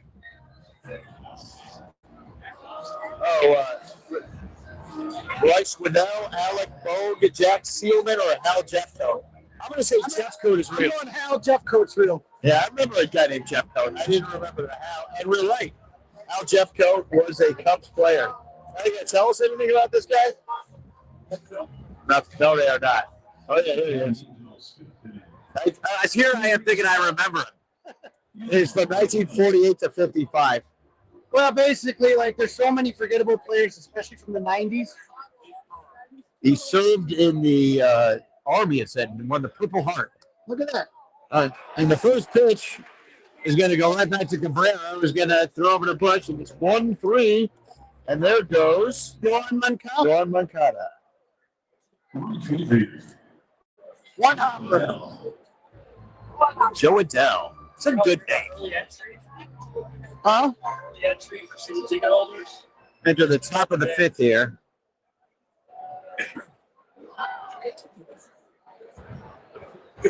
Here's the pitch from Cabrera, who throws 96-mile-per-hour fastball. All right. And that is his 54th pitch of the game. Pretty efficient here from Cabrera in his first start as a Cub. Joe Adele's a guy that you really thought was going to break out, and he never really has. Well, I mean, 37 home runs last year. I mean, I'd take that out of the team. That would have led the Cubs. But really, it's just you wonder how the Angels, year after year after year after year, can have all these great players and still finish third. I mean, granted, you had the Astros kind of owning the division for a while. The Rangers have had a lot of success, so I get it. Mariners have had a tough division. Sneakily a tough division. But the Angels have just never been able to catch that sort of magic that there's a lot of times having to do with pitching. I guess Quintana didn't do it for him. I had Derek from Talking Halos on the podcast, the Fly the W podcast last night. And talking to him reminded me like talking to a White Sox fan. Until Artie Moreno sells the team, they just feel like there's no hope. Yeah, I mean, but it unlike the White Sox, though, this team has players you've heard of. Oh, and they got him. He tried to check his swing, and Joe Adele. Well, let's give the home plate umpire a shout out there, because we talked about C.D. Buckner earlier, and he refused. That's why Joe Cole, that tossed the game, refused to get a second opinion from someone who has a better angle. I think that should be mandatory. That shouldn't be the home plate umpire's call. Either the first or the third base umpire has a better look at that check swing. They do. So he didn't call it, but the first base ump, he checked, and he did. Yeah, it was the right call. Yeah, and what skin is it off your nose to ask? No. Just if it's a check swing, ask for some help, or maybe it can be overruled by the other umpire. Here's the pitch by Cabrera, and it's going to foul back, and it's 0-2 on Josh Low. Shorty got low. Those apple bottom jeans. Yeah. Was that Tom Cruise in Tropic Thunder? Was that not the greatest cameo ever? It was good. Here's the pitch. Les Gross to low. 1-2 on Low. We're going to go with Low. Low. 6-0 Cubs, 2 outs in the fifth inning. And Low's going to go down and get one. And Haps got it. Now we're going to see if we get a patented Wrigley Field proposal and a of the Rumchata. You're going to be on this? You got to get your camera out because we're using my camera. Tell me when you're ready. Now, happy birthday, Alfredo, on the big board. Happy 50th. Honoring Pete Zullo, R.I.P. biggest Cubs fan. I don't know about that if Crawly exists. Denison High, perfect team for 50 years. Happy anniversary. Our beloved friend Anthony Richards being honored tonight. Kelly and Katie and McKenna and Schmitty get welcomed by the Cubs. Happy 30th birthday, Amanda, from her family. Happy birthday, Alex Bregman. Let's get a breaking bomb for his birthday. Cubs shady messages, though. It looks like they're out of messages. No proposal tonight. Love is not in the air. But if you'd like to pay $200 to have 2 seconds on the scoreboard, I mean, Now, with so few purchased this evening, you'd think they could have left the messages that were purchased up there a little bit longer. Like, I didn't even have time to read them before they were off. Oh, here we got more. Oh, no, they're playing them again. Jack and Taylor on your marriage. Alfredo. We're back with Alfredo. So here's a little bit of inside baseball secrets of Wrigley. Is if you want to put a video board message to yourself or to a loved one, do it on an evening where you don't think there's going to be a lot of video messages. You'll get played twice. They're just running through. They just run through them. There's Schmitty again. So late April, late March, that's the time to get your name on the big board. But it is expensive. It's like $150, $200. Yeah, but like on like these 50th anniversaries and stuff, you might as well. Only live once, right? How about Josh playing Heroes by David Bowie on the organ, on the Lowry organ? That Josh, just an incredible guy, incredible organ player, a deep knowledge of many different styles of music, including banda music, which he is somewhat of an expert. Josh, the organ player for the Cubs tonight, runs the only English language site dedicated to banda music. Interesting guy. Plays at a church out in the burbs. If you're a parishioner there, consider yourself lucky. Carson Kelly, this is my pick to hit a home run tonight. I still think it's happening for Carson. Lefty Lucchesi's still on the mound. This might be it right Lefty here. Lucchesi. Lefty Lucchesi sounds like a mobster. Now, my sister remarked yesterday about Carson Kelly's walk-up music that Chicago really loves that song. Okay, the ball hits off the shoe of your Casey, and then goes to the second baseman who throws over and just gets Kelly. So that would be 1-4-3 double, 1-4-3. 1-4-3 put out. One. But Anyone other than Carson Kelly is ever safe. I was gonna say Carson Kelly really running like a catcher on that.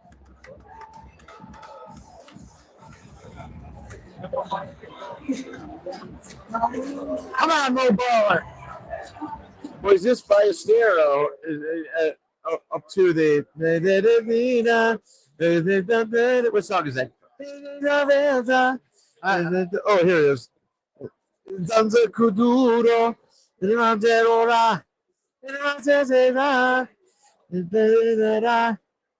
a great kid. I remember, again, I always tell you, if you go to spring training, head to the backfields. That's where you meet these guys when no one knows who they are. And I remember talking to Moises Ballesteros in the backfields, and just such a great kid. Just loves baseball so much. And I'm going to keep saying this. I think a lot of people sleep on him as a catcher. I still think he can develop into a serviceable big league catcher. And if his bat does what we think he can do, it's going to be a great asset to have on the team. You know what I love about him too? I was a fat kid. And it gives a fat kid like me hope that maybe you can make it to the major leagues if you can develop some talent muscle. Yeah, I mean, he's got the squatty body. That's what I'm saying. Everybody roots for a dude like that, you know? Like, remember, who was that guy that we had? It looked like John Kruk. Really? Stairs? Not after him. He ended up playing with the Brewers. Oh, God. Dan Vogelback. Yeah. Him and Schwarber came up together, and this is when Schwarber was still chubby. They looked a lot like each other before Schwarber lost the baby fat. Unlike Miguel Amaya, who I said looked thicker this year, what he did was fill out. So he looked pretty skinny before. He looked like a boy. And now he looks a little thicker this year. Ballesteros certainly not missing meals either.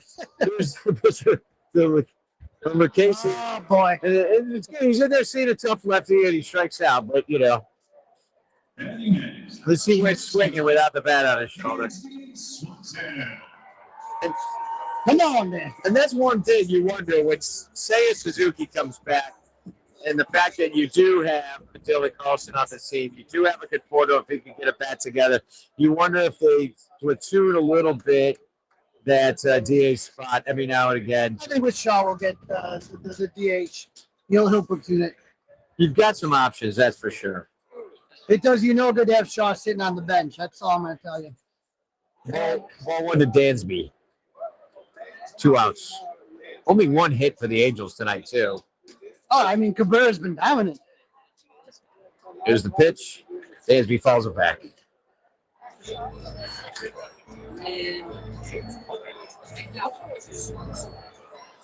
Does Dansby have the greatest hair in Cubs history? You know, I know I don't really have a lot to compare it to. I can't say that I noticed the player's hair that much just because, I mean, like Jose Cardinal would be like, I think the best hair just because he would have that giant afro and then he put his like tiny baseball cap on top of this huge fro. Like now that's a look like the ice cream cup bowl. Exactly. That's my kind of thing. Pierce Johnson, who I forget what team he's with now. His nickname was Flo Bro. He had some nice flow. I want to see the Padres did. It Cubs not a real long hair team. Like they never have that like Jason Worth guy who looks like a caveman. You know what I mean? The Phillies? Yeah, the Phillies are so simple a caveman could do it. Jason Worth's entire career. There was a guy that also played, forget who it was, but he looked like Jason Worth, except for he wasn't as good. And I called him one time in the left field bleachers. I called him the poor man's Jason Worth, and he turned around and he goes, "Yeah, pretty much." I forget who it was. The Timu Jason Worth. It was the Timu Jason Worth. We always get Johnny Damon. Remember when he had the long hair and he made him cut it when he went to the Yankees. Well, yeah, and he looked ridiculous as a Yankee. You know, there's a man that really benefited from having a beard. What about what's his name? Andrew McCutcheon. Remember he had those awesome dreadlocks? Oh yeah, the Yankees made him come. He cut him off, and his head looked like a peanut. It was like Samson from the biblical story. Yeah, and he wasn't good again until he went back to the Pirates. And Swanson working it full here, 3-2. I will tell you the one that looked the funniest in the Yankees. Umpire calls time. Oh, it looks like a pitch clock violation on the pitcher New Casey, and Dansby's gonna walk. Come on now. Thank you very much. You see that every day. Umpire pointed to his wrist. I don't even know if he's wearing a watch, but that is the eternal sign for you took too long and you're late. You're late, buddy. That's the Judge Judy gift. Exactly. There's another story you're not going to get on most broadcast. I spent it was either a Rosh Hashanah or a Yom Kippur with Judge Judy and her husband, Jerry. All right. Because I dated this rich girl from the Upper East Side of Manhattan for about 2 years. I lived on Madison Avenue and 780 Madison, so between 66th and 67th Street. You can look it up on Google Maps or whatever. It's my old building. Lived on the 3rd floor. And anyway, we had a good deal on the place. But for Rosh Hashanah that year, that show, by the way, pitch hitting, the mom, because they were rich Upper East Side family, so they knew the Shimelets. And they invited them over to Rosh Hashanah dinner. So I sat there and I got drunk on wine from the Golden Heights with Jerry Scheinman, who I talked to all night. Did not talk to Judge Judy because I'm a little scared of her. Here's the pitch to Shaw. Ball outside. I was a little scared. I said hello. I think she could be intimidating. Now, who's somebody that you've maybe been at a dinner or a restaurant with that maybe was a celebrity in their own right? I always tend to laugh. It wasn't a dinner, but ground ball from Shaw. And that's going to send Dansby all the way to third base. This inning is extended because of that pitch clock violation.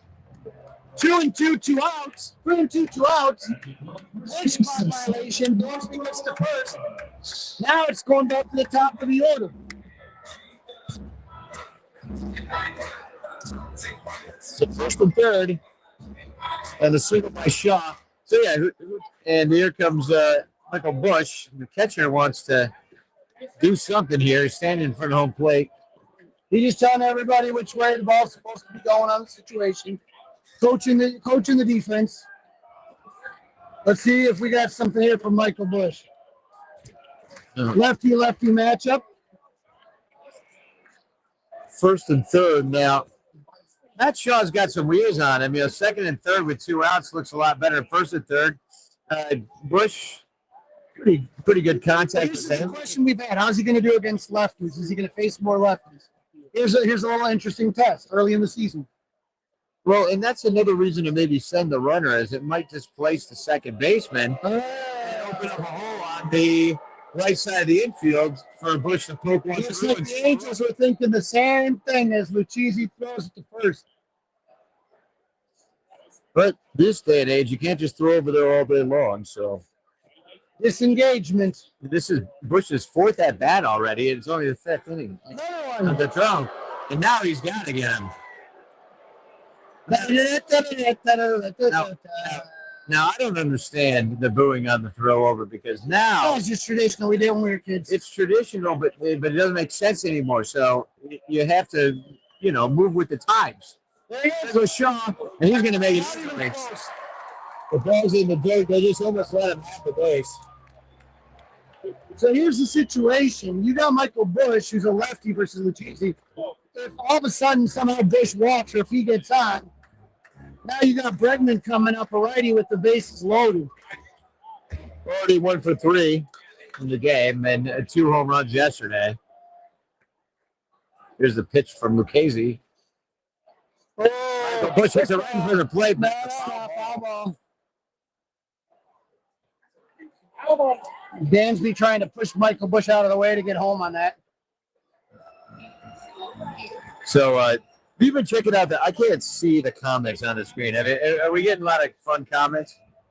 I wish we could bring them on the screen. That's why we have it so that it's All right, here's what I got. going to be shown. But thanks for showing up tonight. This is fun. The Cubbies are looking good this evening. 2 on. Michael Bush, 2-1. Happy birthday, Artie Boucher. Oh, yeah. Happy birthday, Artie. Here's the pitch. And Michael Bush swings and misses. And T-Mac was in the bleachers. Who is? Taylor McGregor was in the Okay. bleachers.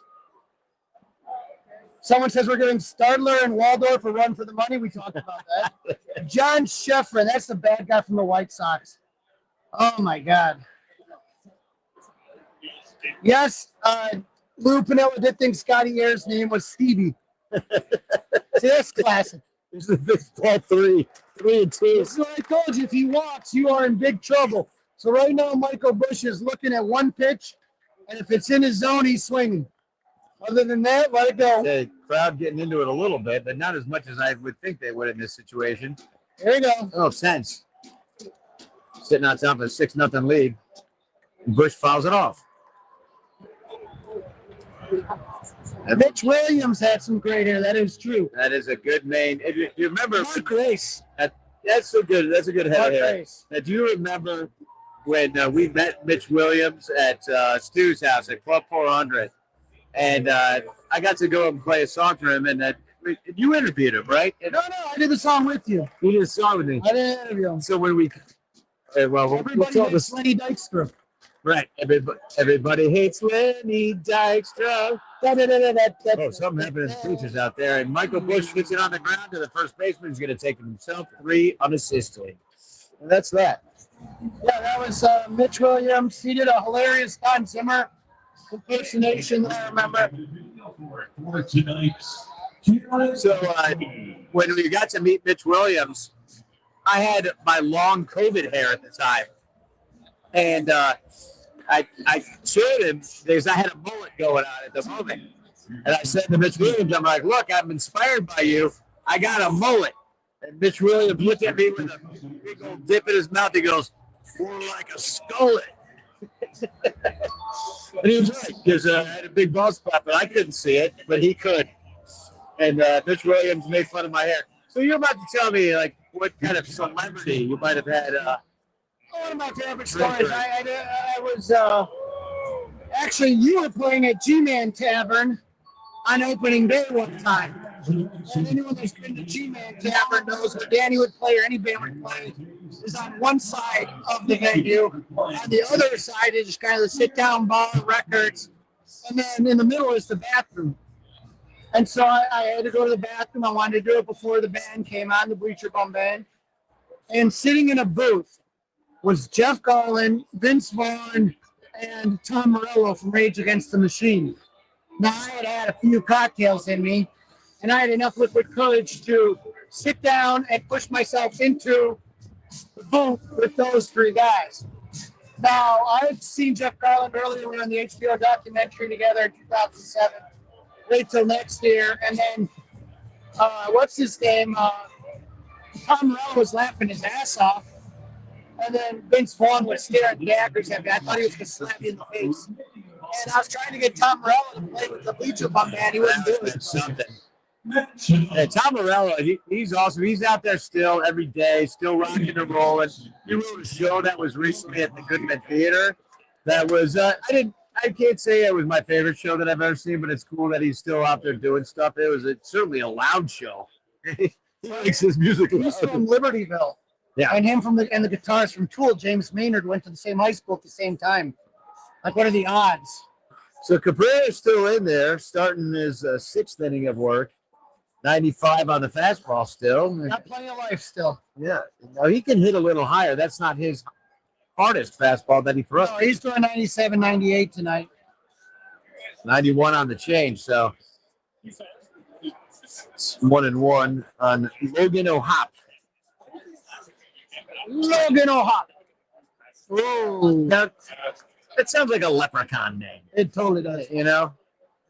Hey, I'm Logan O'Hop. Don't steal me pot of gold. Or me Lucky Charms. Or me Lucky Charms. Here's the pitch from Cabrera. Is on the ground to the shortstop. Swanson double clutches, throws across, and gets him 6-3 in a couple steps. And O'Hop is hopping back to the dugout. Now, I'm wondering, I'm curious, do you know who's doing the seventh inning stretch tonight? I don't. Oswald Peraza. Oswald, that's kind of a cool name. Think he goes by Ozzy? Ozzy? I would. I mean, he could have gone by Ozzy on the board, but he went by Oswald. It's kind of also a nerd name. And I wonder if it's Oswald or Oswaldo? Oswaldo Peraza. Hey, you know what we should do? We should try to do an entire inning in Spanish. And you're probably better. You're better than me. You're more fluent, I think. I think it'd be an interesting call, but I'm going to leave it to Miguel Esparza and the experts. Voy a hablar solo en español y Crawly solo en inglés. As we watch the viewership drop. Yes. We still have beer money we could get here. Don't scare the crowd. If you want to send us beer money to not speak in Spanish, it's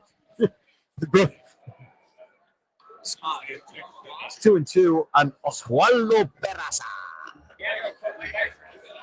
I mean, the pitch count is relatively low at 72, but roughly, the first time out, it's about 70, 75 pitches. I mean, I think with one out right now, they might let him finish the inning. This is the world of pitch counts, not innings. Right, and you're going back to the top of the order. Yeah, so you think you're going to go. Here's the thing. You don't want to leave on a down note, right? The guy's been pitching nonstop. They're only giving up one hit. Is there anyone up even? Doesn't look like there's anyone even up. So yeah, so it looks like it's Cabrera's. I mean, at this point, you've certainly used your bullpen the last couple of days. It's not like they necessarily need a day off. It's early in the season. But if Cabrera's cruising, and he is because he just struck out Oswaldo Peraza with a changeup, 92. That's a hard change. honestly, that's the fastball pretty much of like, Shody Managa and Jameson Tyler. Exactly. So the Cubs, they've had that pitch to contact profile for many of their starters over the last couple of years, and this is the first guy we've had with real strikeout stuff. That's not true because of bringing up Cade Horton, who also has strikeouts. Cade Horton hasn't really been. I mean, he's been striking about 3, maybe 4 guys out a game, but it's not like the 9 or 10 that you could potentially see. I think we could see that out of him. I mean, I don't mind him. You remember he did that in spring training, and the one thing that he talked about was last year they had him on a really tight pitch count, and what he learned is pitching to contact. And again, you have potential Gold Glovers in almost every position on the field. Let your defense do your work for you. Stay longer in games. That first game, he got into the 7th inning. And it's 1-2 here. Zach Nito with some pretty non-Nito facial hair going on. I don't know what's going on. Yeah. He's got again a The little mustache with the little He goatee. looks like John Waters, is what he looks like. Tell me that does not look like John A Waters. young John Waters. Yeah. John Waters would never do the chin thing, though. Now, you had one of those back in the I did back 90s. in the day. Yeah. And a little I had chin. soul Was it? patch for a Little while. soul patch. There's a picture of Peraza. And Oh, struck him out. and that's two strikeouts in there. For Cabrera. I also had the frosted tips in the 90s. Oh, yeah. No, I had that. I had my hair bleached blonde. I had it pink and blue. And it was actually blue pretty recently. I mean, In COVID, I had my hair blue. with Cabrera, I mean, he could go another inning. He'd go through 7, but again, here we go. New era after the game. So we got 4 Four balls. baseballs. We're watching here as they spin around. I'm going to say 3. 3 sounds good to me. Were you able to follow the ball, Crawly? You got it. Number 3.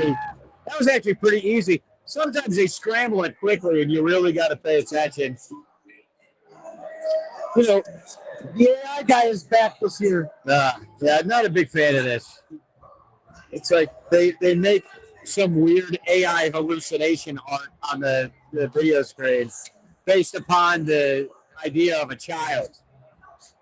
I would say, I don't know if you ever saw this, but it reminds me a lot of, there was a great show, Loki, on Disney Plus, and it was about this whole future, and it had like one of those little anamorphic characters that really bizarre. Yeah, you know, I mean, you and I grew up in the day when you just had the scoreboard in center field and none of all this crap. They had a little ribbon board that they added at one point so you could at least know the guy who was up to bat. Underneath the big, oh, here we go. They're booing him. This is AI slap! Slap! It's slap! They're booing. They are literally booing. There is backlash against AI, and you know, I've got to use it for my job. I don't know if you have to use it for yours at all. People use it. I am too old-fashioned.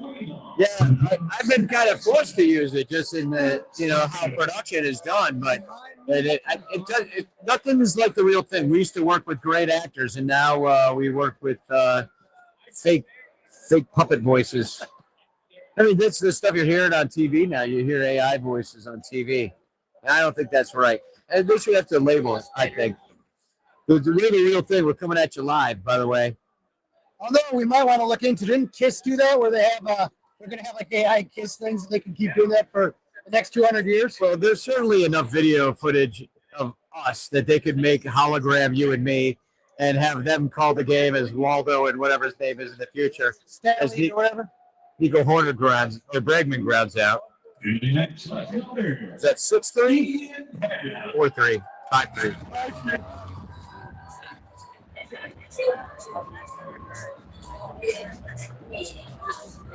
Sixth inning here.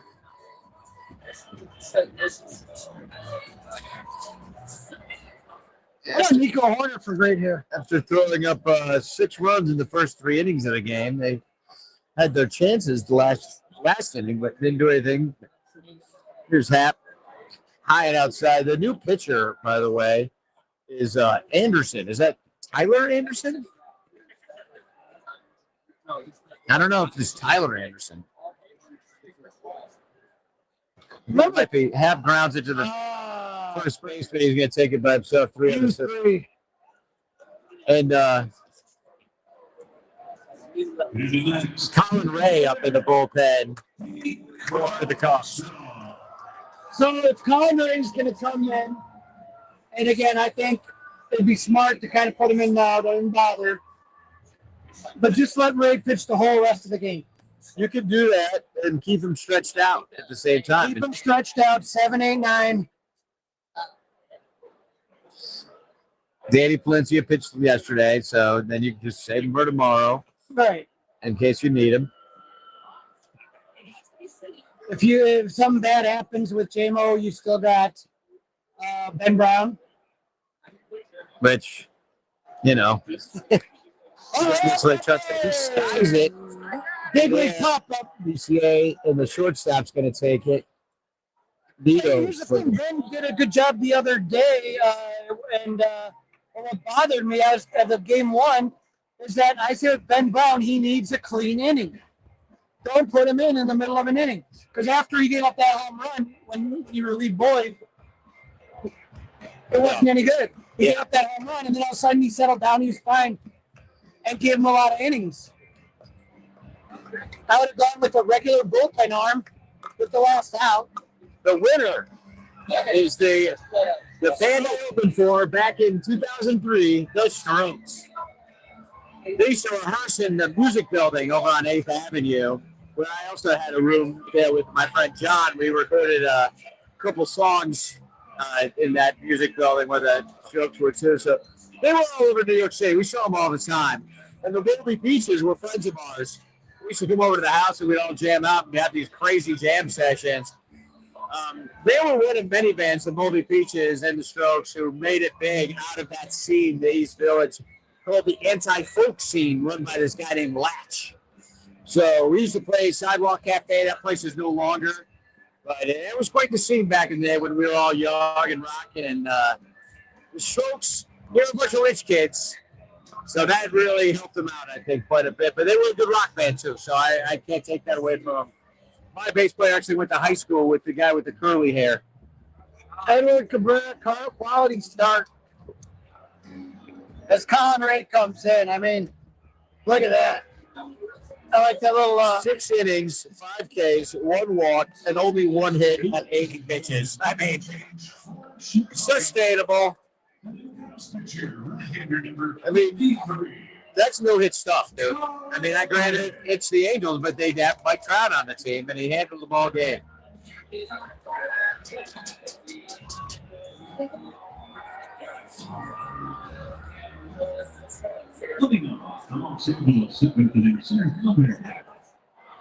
And we move to the 7th.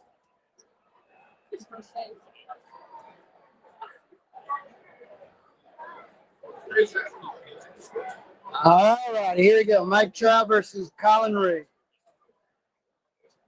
See right. Fastball at just a measly 94. Colin Ray, I mean,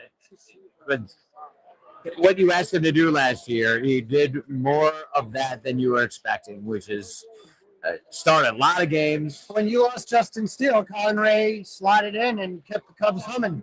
Okay, we're going to get Look at that challenge. The challenge right now. The call Cubs challenge. was called a ball. The Cubs challenge it, and it's going to be a strike. Just nips the corner, barely in the zone.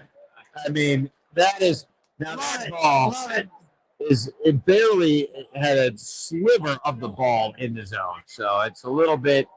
Hey, it was in the zone. No one asked how much. So that's the rules.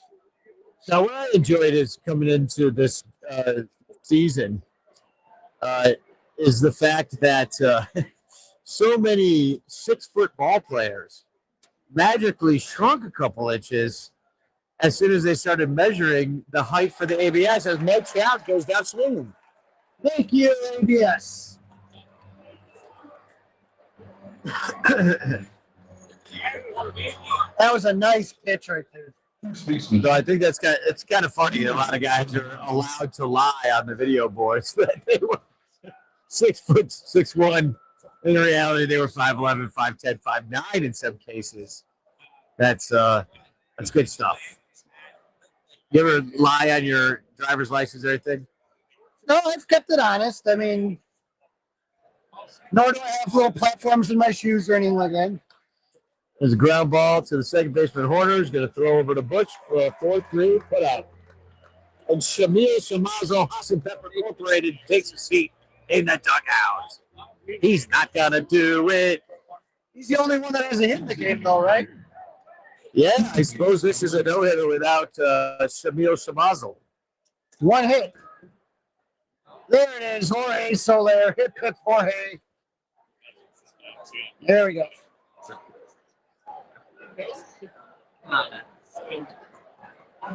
Yeah, I was trying to remember. You were gone when I was trying to remember the name of the reliever that we traded Jorge Soler for, the closer I was with the Cubs 1 year, I believe 2018. Wade Davis. Wade Davis, thank you very much. He was a hell of a closer for the Cubs. Oh, he was lights out. Too bad we couldn't hit for shit. Jorge said with the second hit of the game, inside out one. You didn't see Jorge do that a lot. He just fisted that one. That's what she said, but Yeah. it was a good pitch right in on his hands. I always feel a little funny when Pat Hughes says fisted foul. I imagine him with his fisting a chicken. Which is quite the image. And thank God for AI. See, this is why I do like AI, because we can make that happen now. In the past, it would have taken some serious Photoshop skills. Now I can make a whole video with Grok. And how much water would it take? Half of Lake Michigan? Doesn't matter to me. Doesn't matter to me. I didn't have any kids. Oh, yeah, he's going to sky this one. And it might leave the ball. It's gone. It is gone. And Colin Ray has now given up a 2-run homer. As Yohan Moncada, who's had quite a few good games in this ballpark when he was with the White Sox. I don't know if they're going to be able to throw this one back to land in the basket. There goes the shutout. And it's now 6-2 Cubbies. Which always puts a damper on the 7th inning stretch. You know what I mean? When 2 outs in the inning. Wasn't a clean inning. Cubs still up by granny, though, so. Again, this is why you never surrender in a game like this. You know what I mean? And all of a sudden, Strike 1 on Joe Adell. Colin Ray certainly would like to have that one back. I mean, and once again, it was just a little fisted. it's still there. It's a little fisted in the outfield, finding some grass. Adell's going to take strike 2 here. Come on, Colin, shake it. I still say Ray the rest of the game. Yeah. Then we're going to sing the song, and I'm going to There it is. take 3. And Colin Ray with a little anger on that one. There we go, Cup fans. okay, you're going to all have to look at me and Crawly's crotches, but it's better than looking at my crotch in about 5 minutes when I'm in the bathroom at the Just trough. make sure you take the mic off. We don't pull a naked gun. All right, stretch time, folks. Hey, who do we got? Matt Spiegel. Matt Spiegel's going to do it. There it is, Matt Spiegel. There, we can show the field. All right, let me hear you a little loud on a beautiful night. 0-1. 1, 0-2. 0-3. Take me out to the ball game. Take me out to the crowd. Buy me some peanuts and cracker jacks. Sing along at home. I don't care if I ever get that for its root. Root for the hobbies. If they don't win, it's a shame. Oh, it's 1, 2, 3 strikes, you're out at the door. Oh,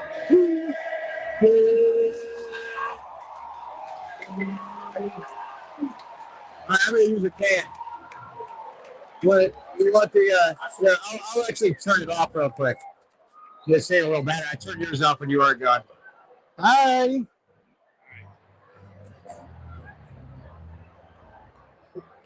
All right, Cub fans, Crawly here. Danny is going to go potty. But we'll take a look and see what happens here. If the Cubs can do what Matt Spiegel says and score some more runs or get some runs, either or. moving on. Second baseman. There we go, Nico Horner. Nico Horner up the bat. 1 for 2 on the night.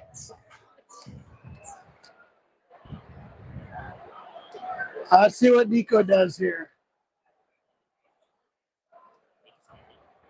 Excuse me.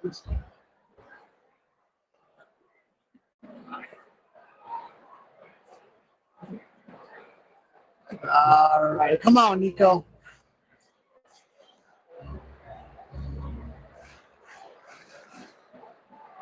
See if the Cubs can get those runs back. Nico with a hopefully a little leadoff single here. No. All righty, 1-1.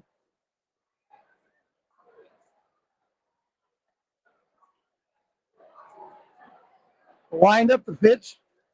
Up inside. That's 2-1. Nico ahead on the count here. So glad to see Nico with the 6-year extension. I know some people thought it was a lot of money. A lot of years, but he's locked up for a while. So 2032. 3-1. You know how those leadoff walks go, Cub fans. Let's see if he can get on. I think Nico has a stolen base this year. I don't remember him having one.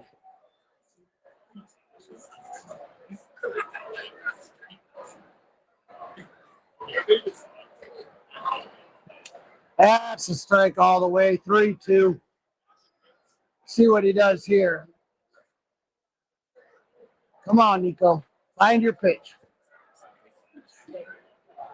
Go. Wind up. Pitch. And it's in the dirt. Nico will take ball 4. Cubs have the lead. Runner on. I'm thinking, I'd like to see Nico go for a stolen base here. Now, I've been calling Carson Kelly to hit a home run all game. He has not.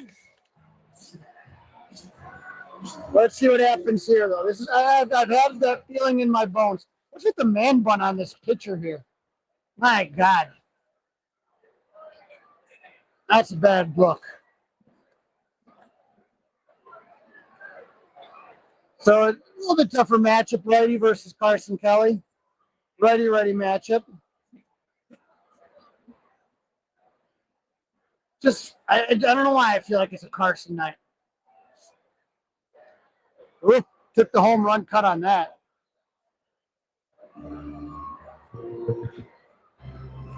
.88-mile-per-hour slider.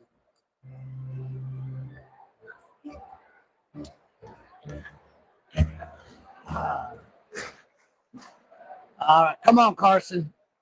Hit a home run. This is what I've been calling all game. Nico's going. The throw is not there. He's safe. Throw is a little bit offline. Nico with a stolen base. Now we got a runner at scoring position, no outs. For Carson Kelly, Moises Ballesteros, and Dansby Swanson. They're going to look. Suzuki is not going to challenge it. I really wish that they would change the replay rules to be like the ABS. Like, either call it or don't. Don't look in back behind you, the video guys, all that stuff. Either call it or don't. Make it that simple. Foul ball.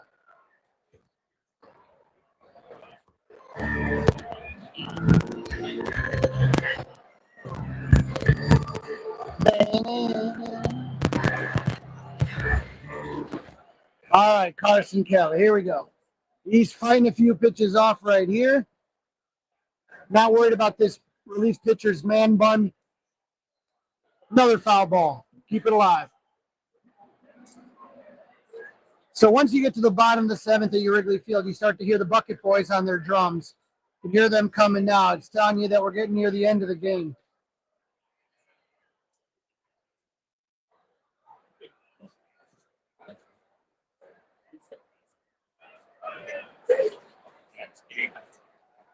And he strikes out. Carson Kelly. Oh, boy. All righty. Well, let's see here. Moises Ballesteros. Here he has 2 runs in, driven in today. Righty versus lefty. Let's see what happens here.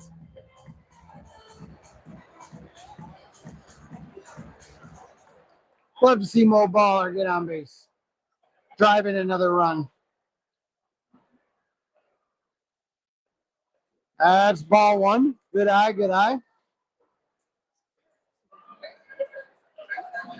thing you want to see with the Cubs is you want to see them to keep adding on runs, keep putting the pressure on, get into that habit. More and more and more. Timeout by the catcher. He saw something he didn't like. Coming out to visit Mr. Man Bun. Maybe he's going to give him some advice on a haircut, a good barber. Let's see. Don't know what they're talking about here.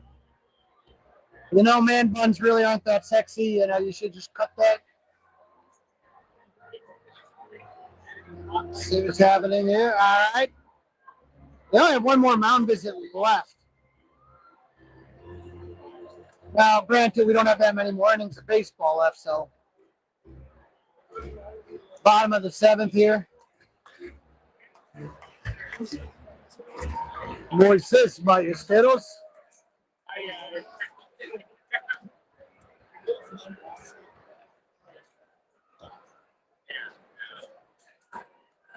Nope, good eye, 2-0.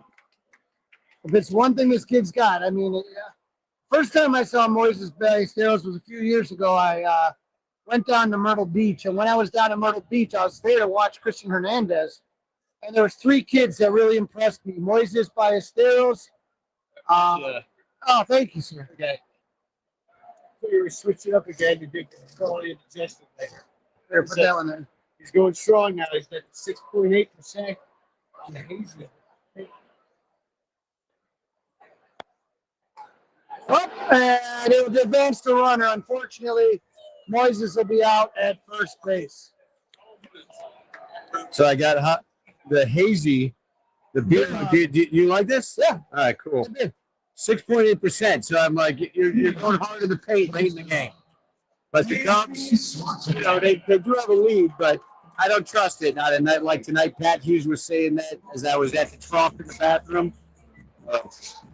Are you like me that just honestly believes that you still use the trough even though they have nice toilets?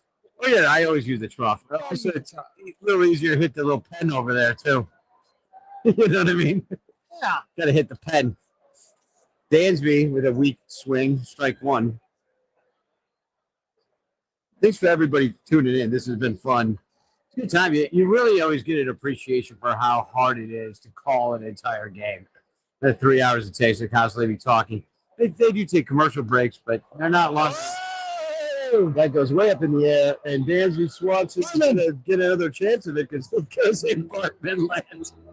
Now, we have a great picture, a bunch of them actually, of both of us sitting in the playing Moises and Bartman, you know, going for the ball. Always a good shot on Family Day. Pop Flyart just came out with a what if. What if Moises caught the ball? Yeah. And it's a phenomenal piece of work, and I'm getting it signed by Moises Alou. Here's the pitch and take. To the center field. It's a run. And the Cubs getting in charge for now 7-2. That's what I was talking about. Keep your foot on their neck. Don't give them any hope. Keep batting on. You know, and it was that kind of attitude that won 10 years ago.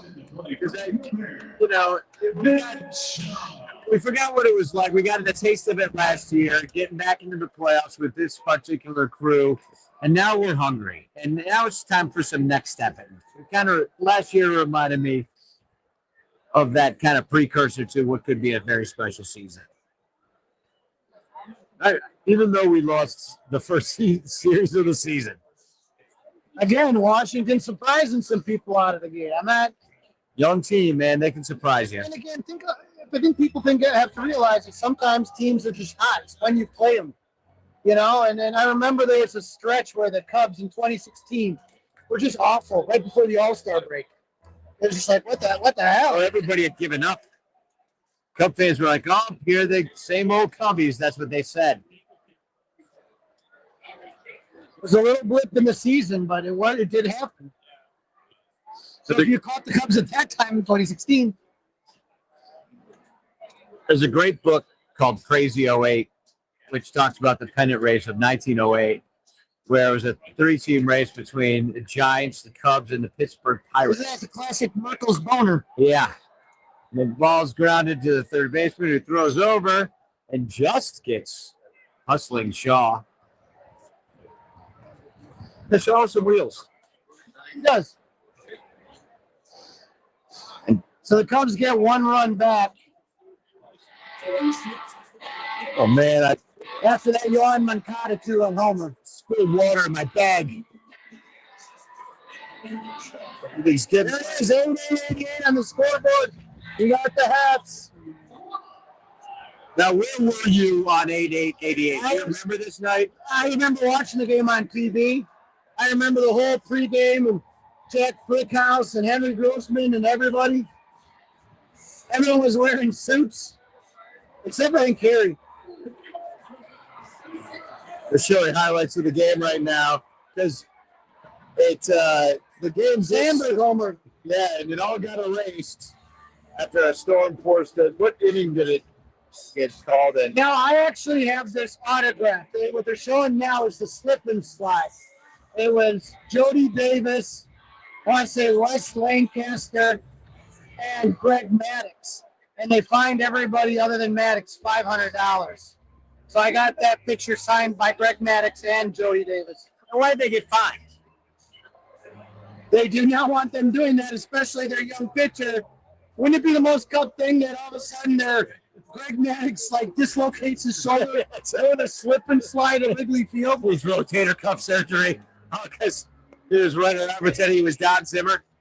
When that was, didn't they put, was it Don Zimmer they were pretending they were, when they put like a coat in their shirt, make it look like they had a big belly? Yeah. I think I heard that. Very nice giveaway. Yeah, it's pretty sure path. What's good?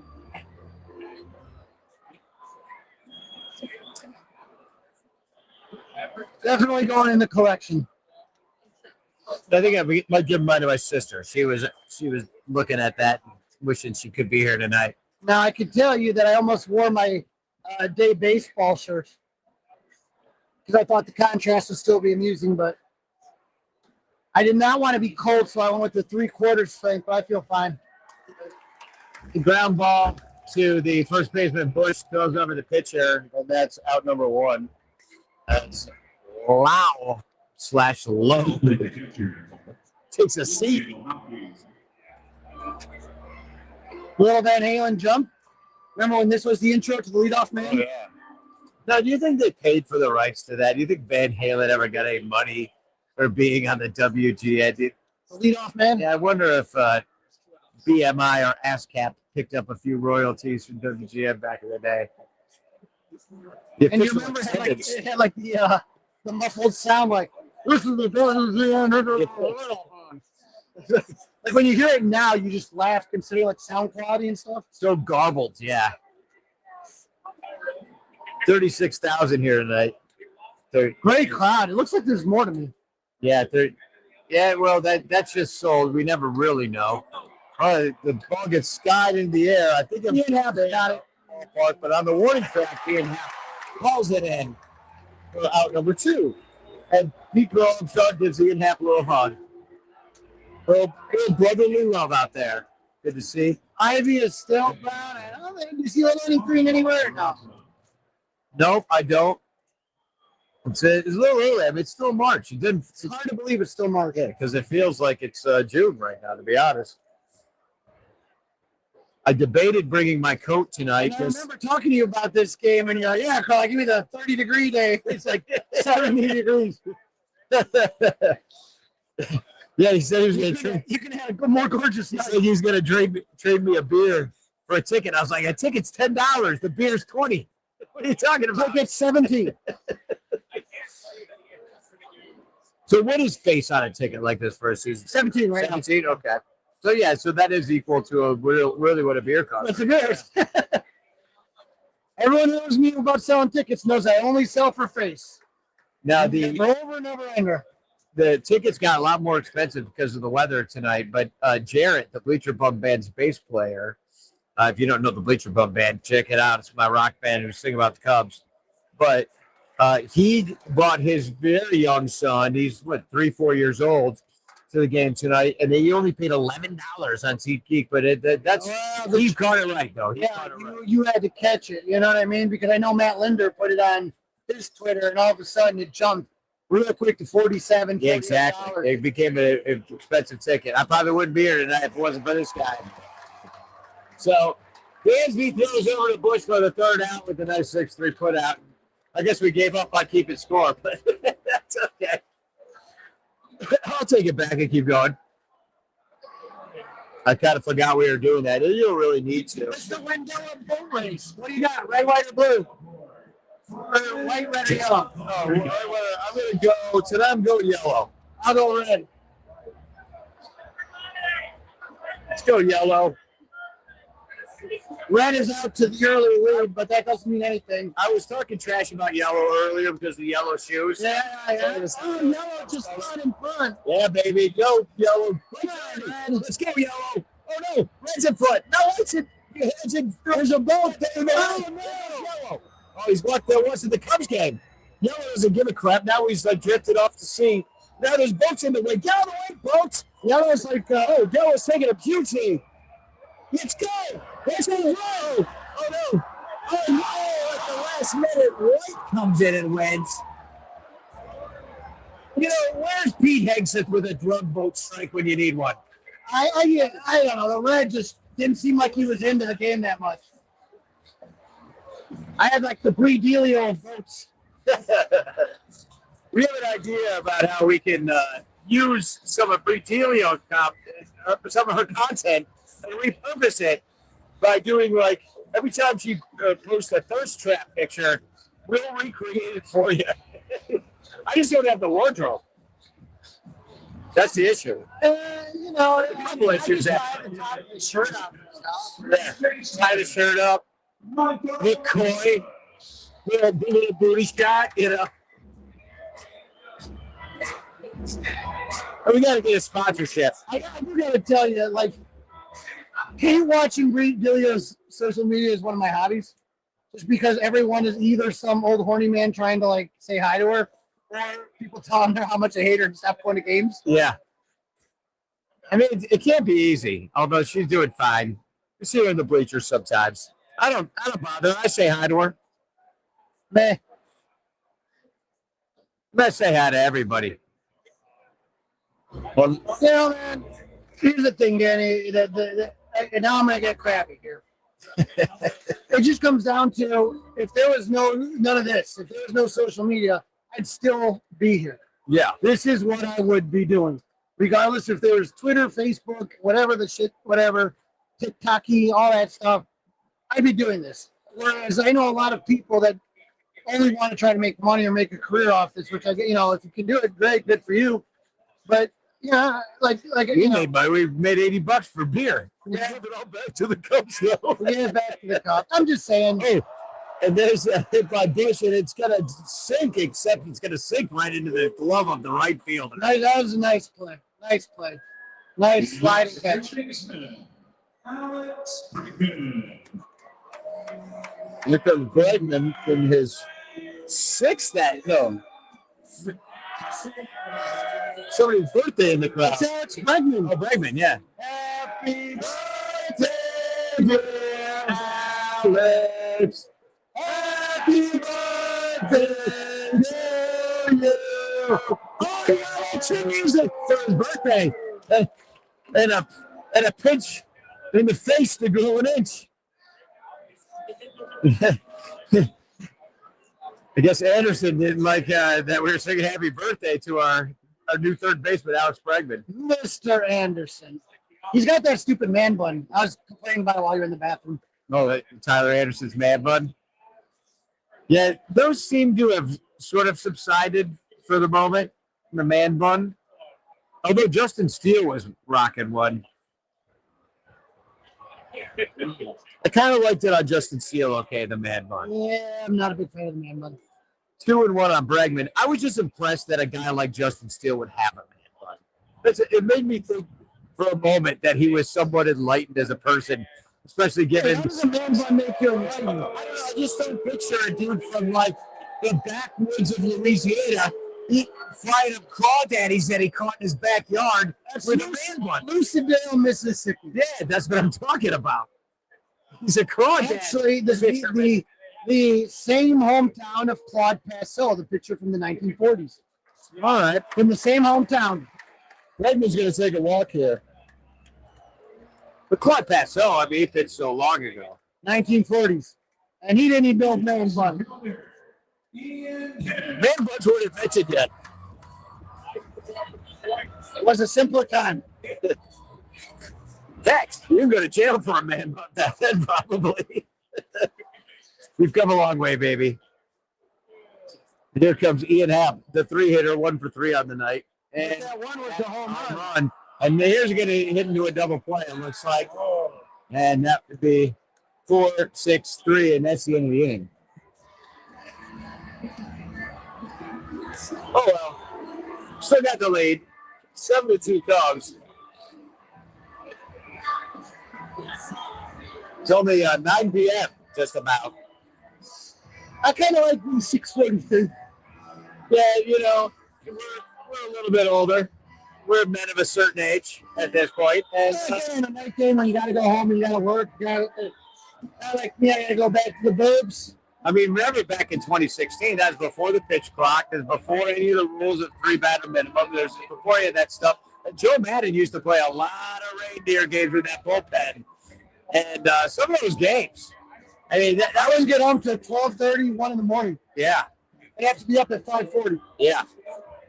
Well, no, I still have tinnitus from that year. I have I have wrinkles and white hairs, sleep deprivation, probably some jitters, certainly some liver damage, and probably a couple other things from that year. It was all worth it. No, it was. I wrote a song recently. It's not really released yet, called 10 Years Ago.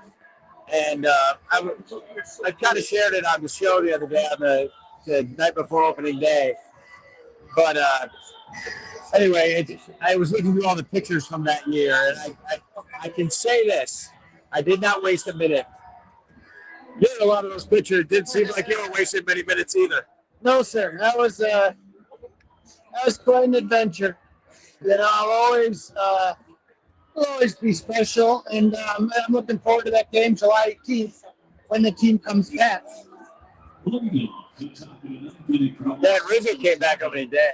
So that was great to see him when all the Cubs Hall of Famers kind of welcomed, and you know he's going to be, as soon as he is eligible, Anthony Rizzo will be a Cubs Hall of Famer. So we head to the ninth. We need 3 more outs, 5-run lead, and up comes Zach Nito, the leadoff hitter, again against Ray, who, like predicted, would take the rest of the game, but Nito leads off with a long single out to left field. Happ gets it back in, and hopefully this is not the start of something big for the Angels. Like Trout's been very quiet all game. Too quiet. He's popped out, struck out a couple times. But struck out once.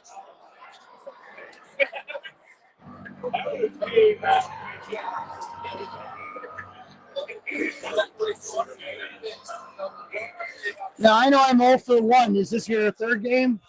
This is my third game. This would be, if we can manage to pull this one out, this would be my first victory. Mine as well. I was not at Saturday's game. I was at the No Kings protest with a bunch of other Cub fans. We had a great time, too. We sang TV theme songs in the street and reveled with our fellow like-minded. And Mike Trout hits a rope, lights a piece of the He gets the ball back in quickly, fires it to first base, but Nito gets back. Well, that was a rocket off the bat. PCA makes those plays look easy. He makes those plays. It's not as easy as it looks. And he kind of handcuffed him in a little bit. He caught it like this. So it was, caught it, licking liner. Spinning turn. Hits the cutoff man. There's one up, one out, and it's Shamil Shamazel up. Austin Pepper Incorporated. Ray pitches, and where does that miss? Ball one. You got him, guys. Use him. Seems like we're getting the Green Bay sucks. Yeah, this is something that's been happening on social media recently. And the Green Bay Sucks chant actually has ruined everything because now there's 2 on, and the tying run will still be in the dugout. So that's good. Then I felt like Dansby really didn't get a good. He normally makes those plays. He normally smothers them. I felt like his legs kind of slipped from under him. Could have been.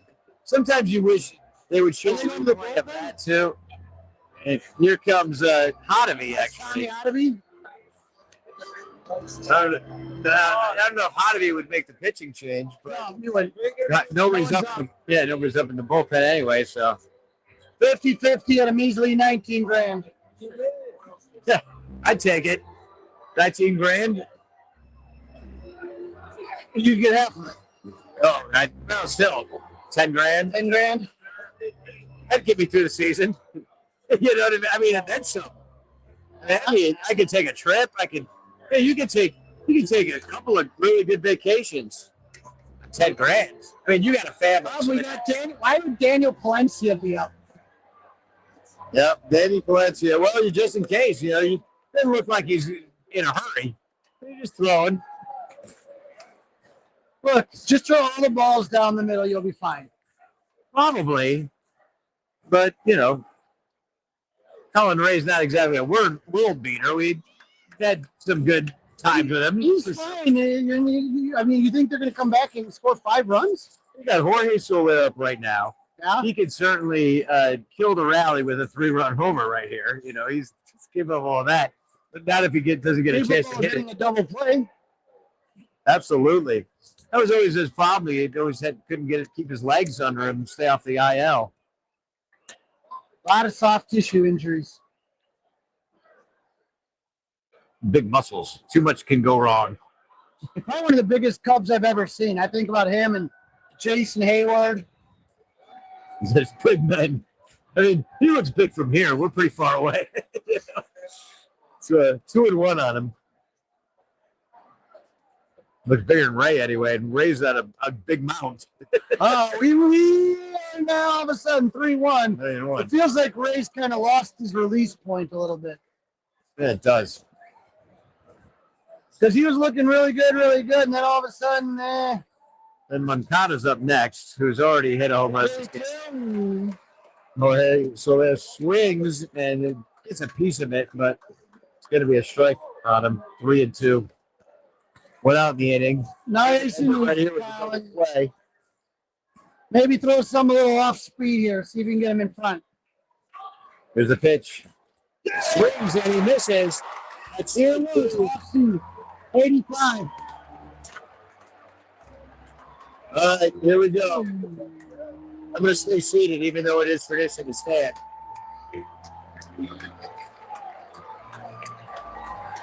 Well, I guess I got to stand. I'll just lift up the. All right, here we go, Cup fans.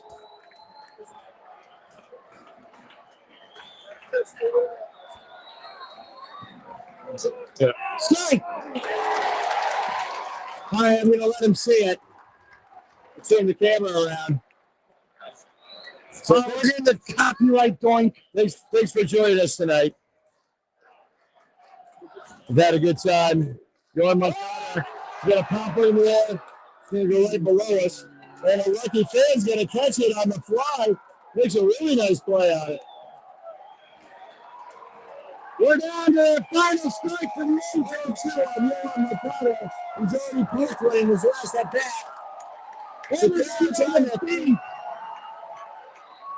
Little high.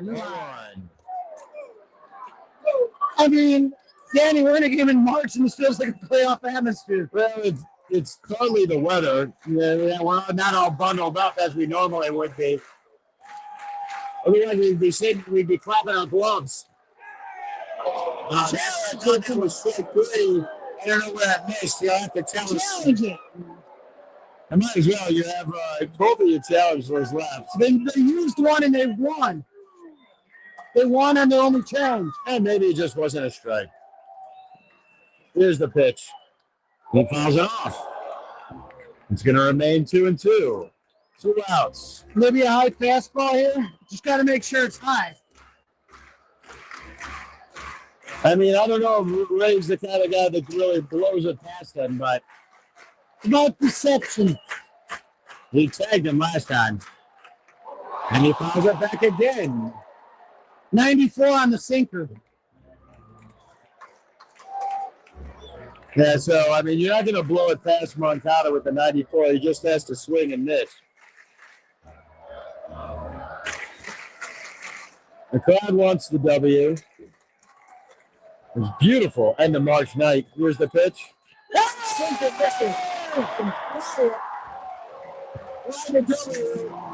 There it is. That's out. My first win. Clark takes the field.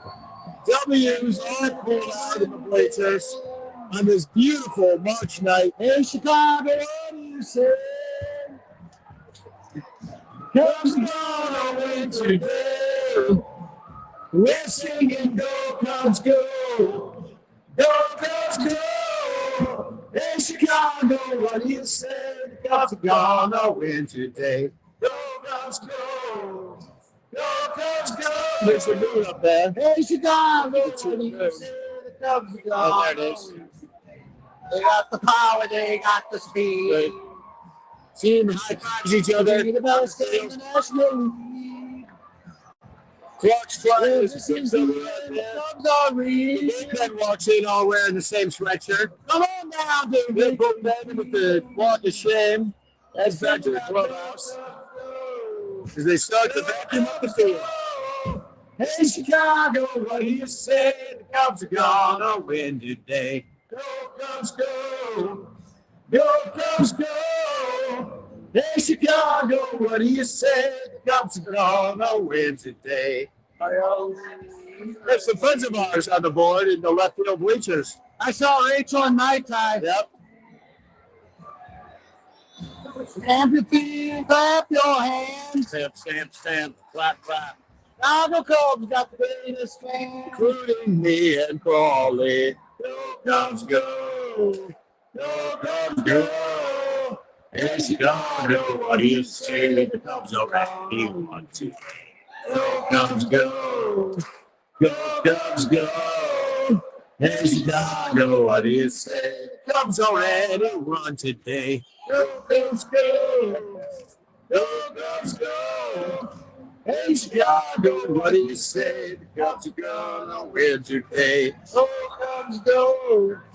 Go, Cubs, go. Fly the W, everybody. What do you say? The Cubs are going. Go Cubs, go. Go Cubs, go. Remix. Hey, Chicago, what do you say? The Cubs are gonna win today. Go, Cubs, go. Go, Cubs, go. Hey, Chicago, what do you say? The Cubs are gonna win. All right, fly it. All right, they even up the season to 2-2. Little sign off here, Crawly. Yeah, Cub fans, thanks for joining us. There's a lot of fun doing this again. 7-2 Cubs win. Danny and I are 2-0 and calling these games. So just always a blast, man. Yeah. Always fun to fly the W. It is always great to catch a ball game with this guy here, of course. And, we both expect great things out of this team. It's my first win on the season, your first win on the season, and hopefully it's the first of many. I got a good feeling about this team. I think we could maybe recatch some of that magic from 10 years ago. I really do believe that. 100%. It's a fun team to watch. They got pitching. They got depth. And remember, Seiya Suzuki's not even back yet. This team's going to really click once Seiya gets back. Yeah. The lineup's going to lengthen. And again, I expect good things from the team. Well, Cabrera is their number 4 starter. He pitches like an ace, you know. That was phenomenal. That was absolute phenomenal. So barely gave up anything tonight. Could have gone deeper in the game. He certainly will later on in the season. So, but between those two starters that went deeper in the game, like Kate Horton on Saturday, the 2 wins that we do have, you got to feel positive about those 2 young arms. And the key right now is we don't know what J-Mo's going to do tomorrow. Might look really, really good. Might look really, really bad. Either way, you only used 1 pitcher out of the pen. he certainly gave up his quota of home runs in the spring training. All I can tell you is that being out in Arizona, if you got a James Centennial start, you probably went home with a souvenir. Well, I guess we're going to sign off, and they're going to kick us out of here at some point. And thanks for everybody that donated. Danny Rockett, Danny-Rockett with 2 T's on Venmo if you'd like to donate to the Danny Crawly ticket, beer, and French fry fund. And that's it, I guess. We're gone. But no,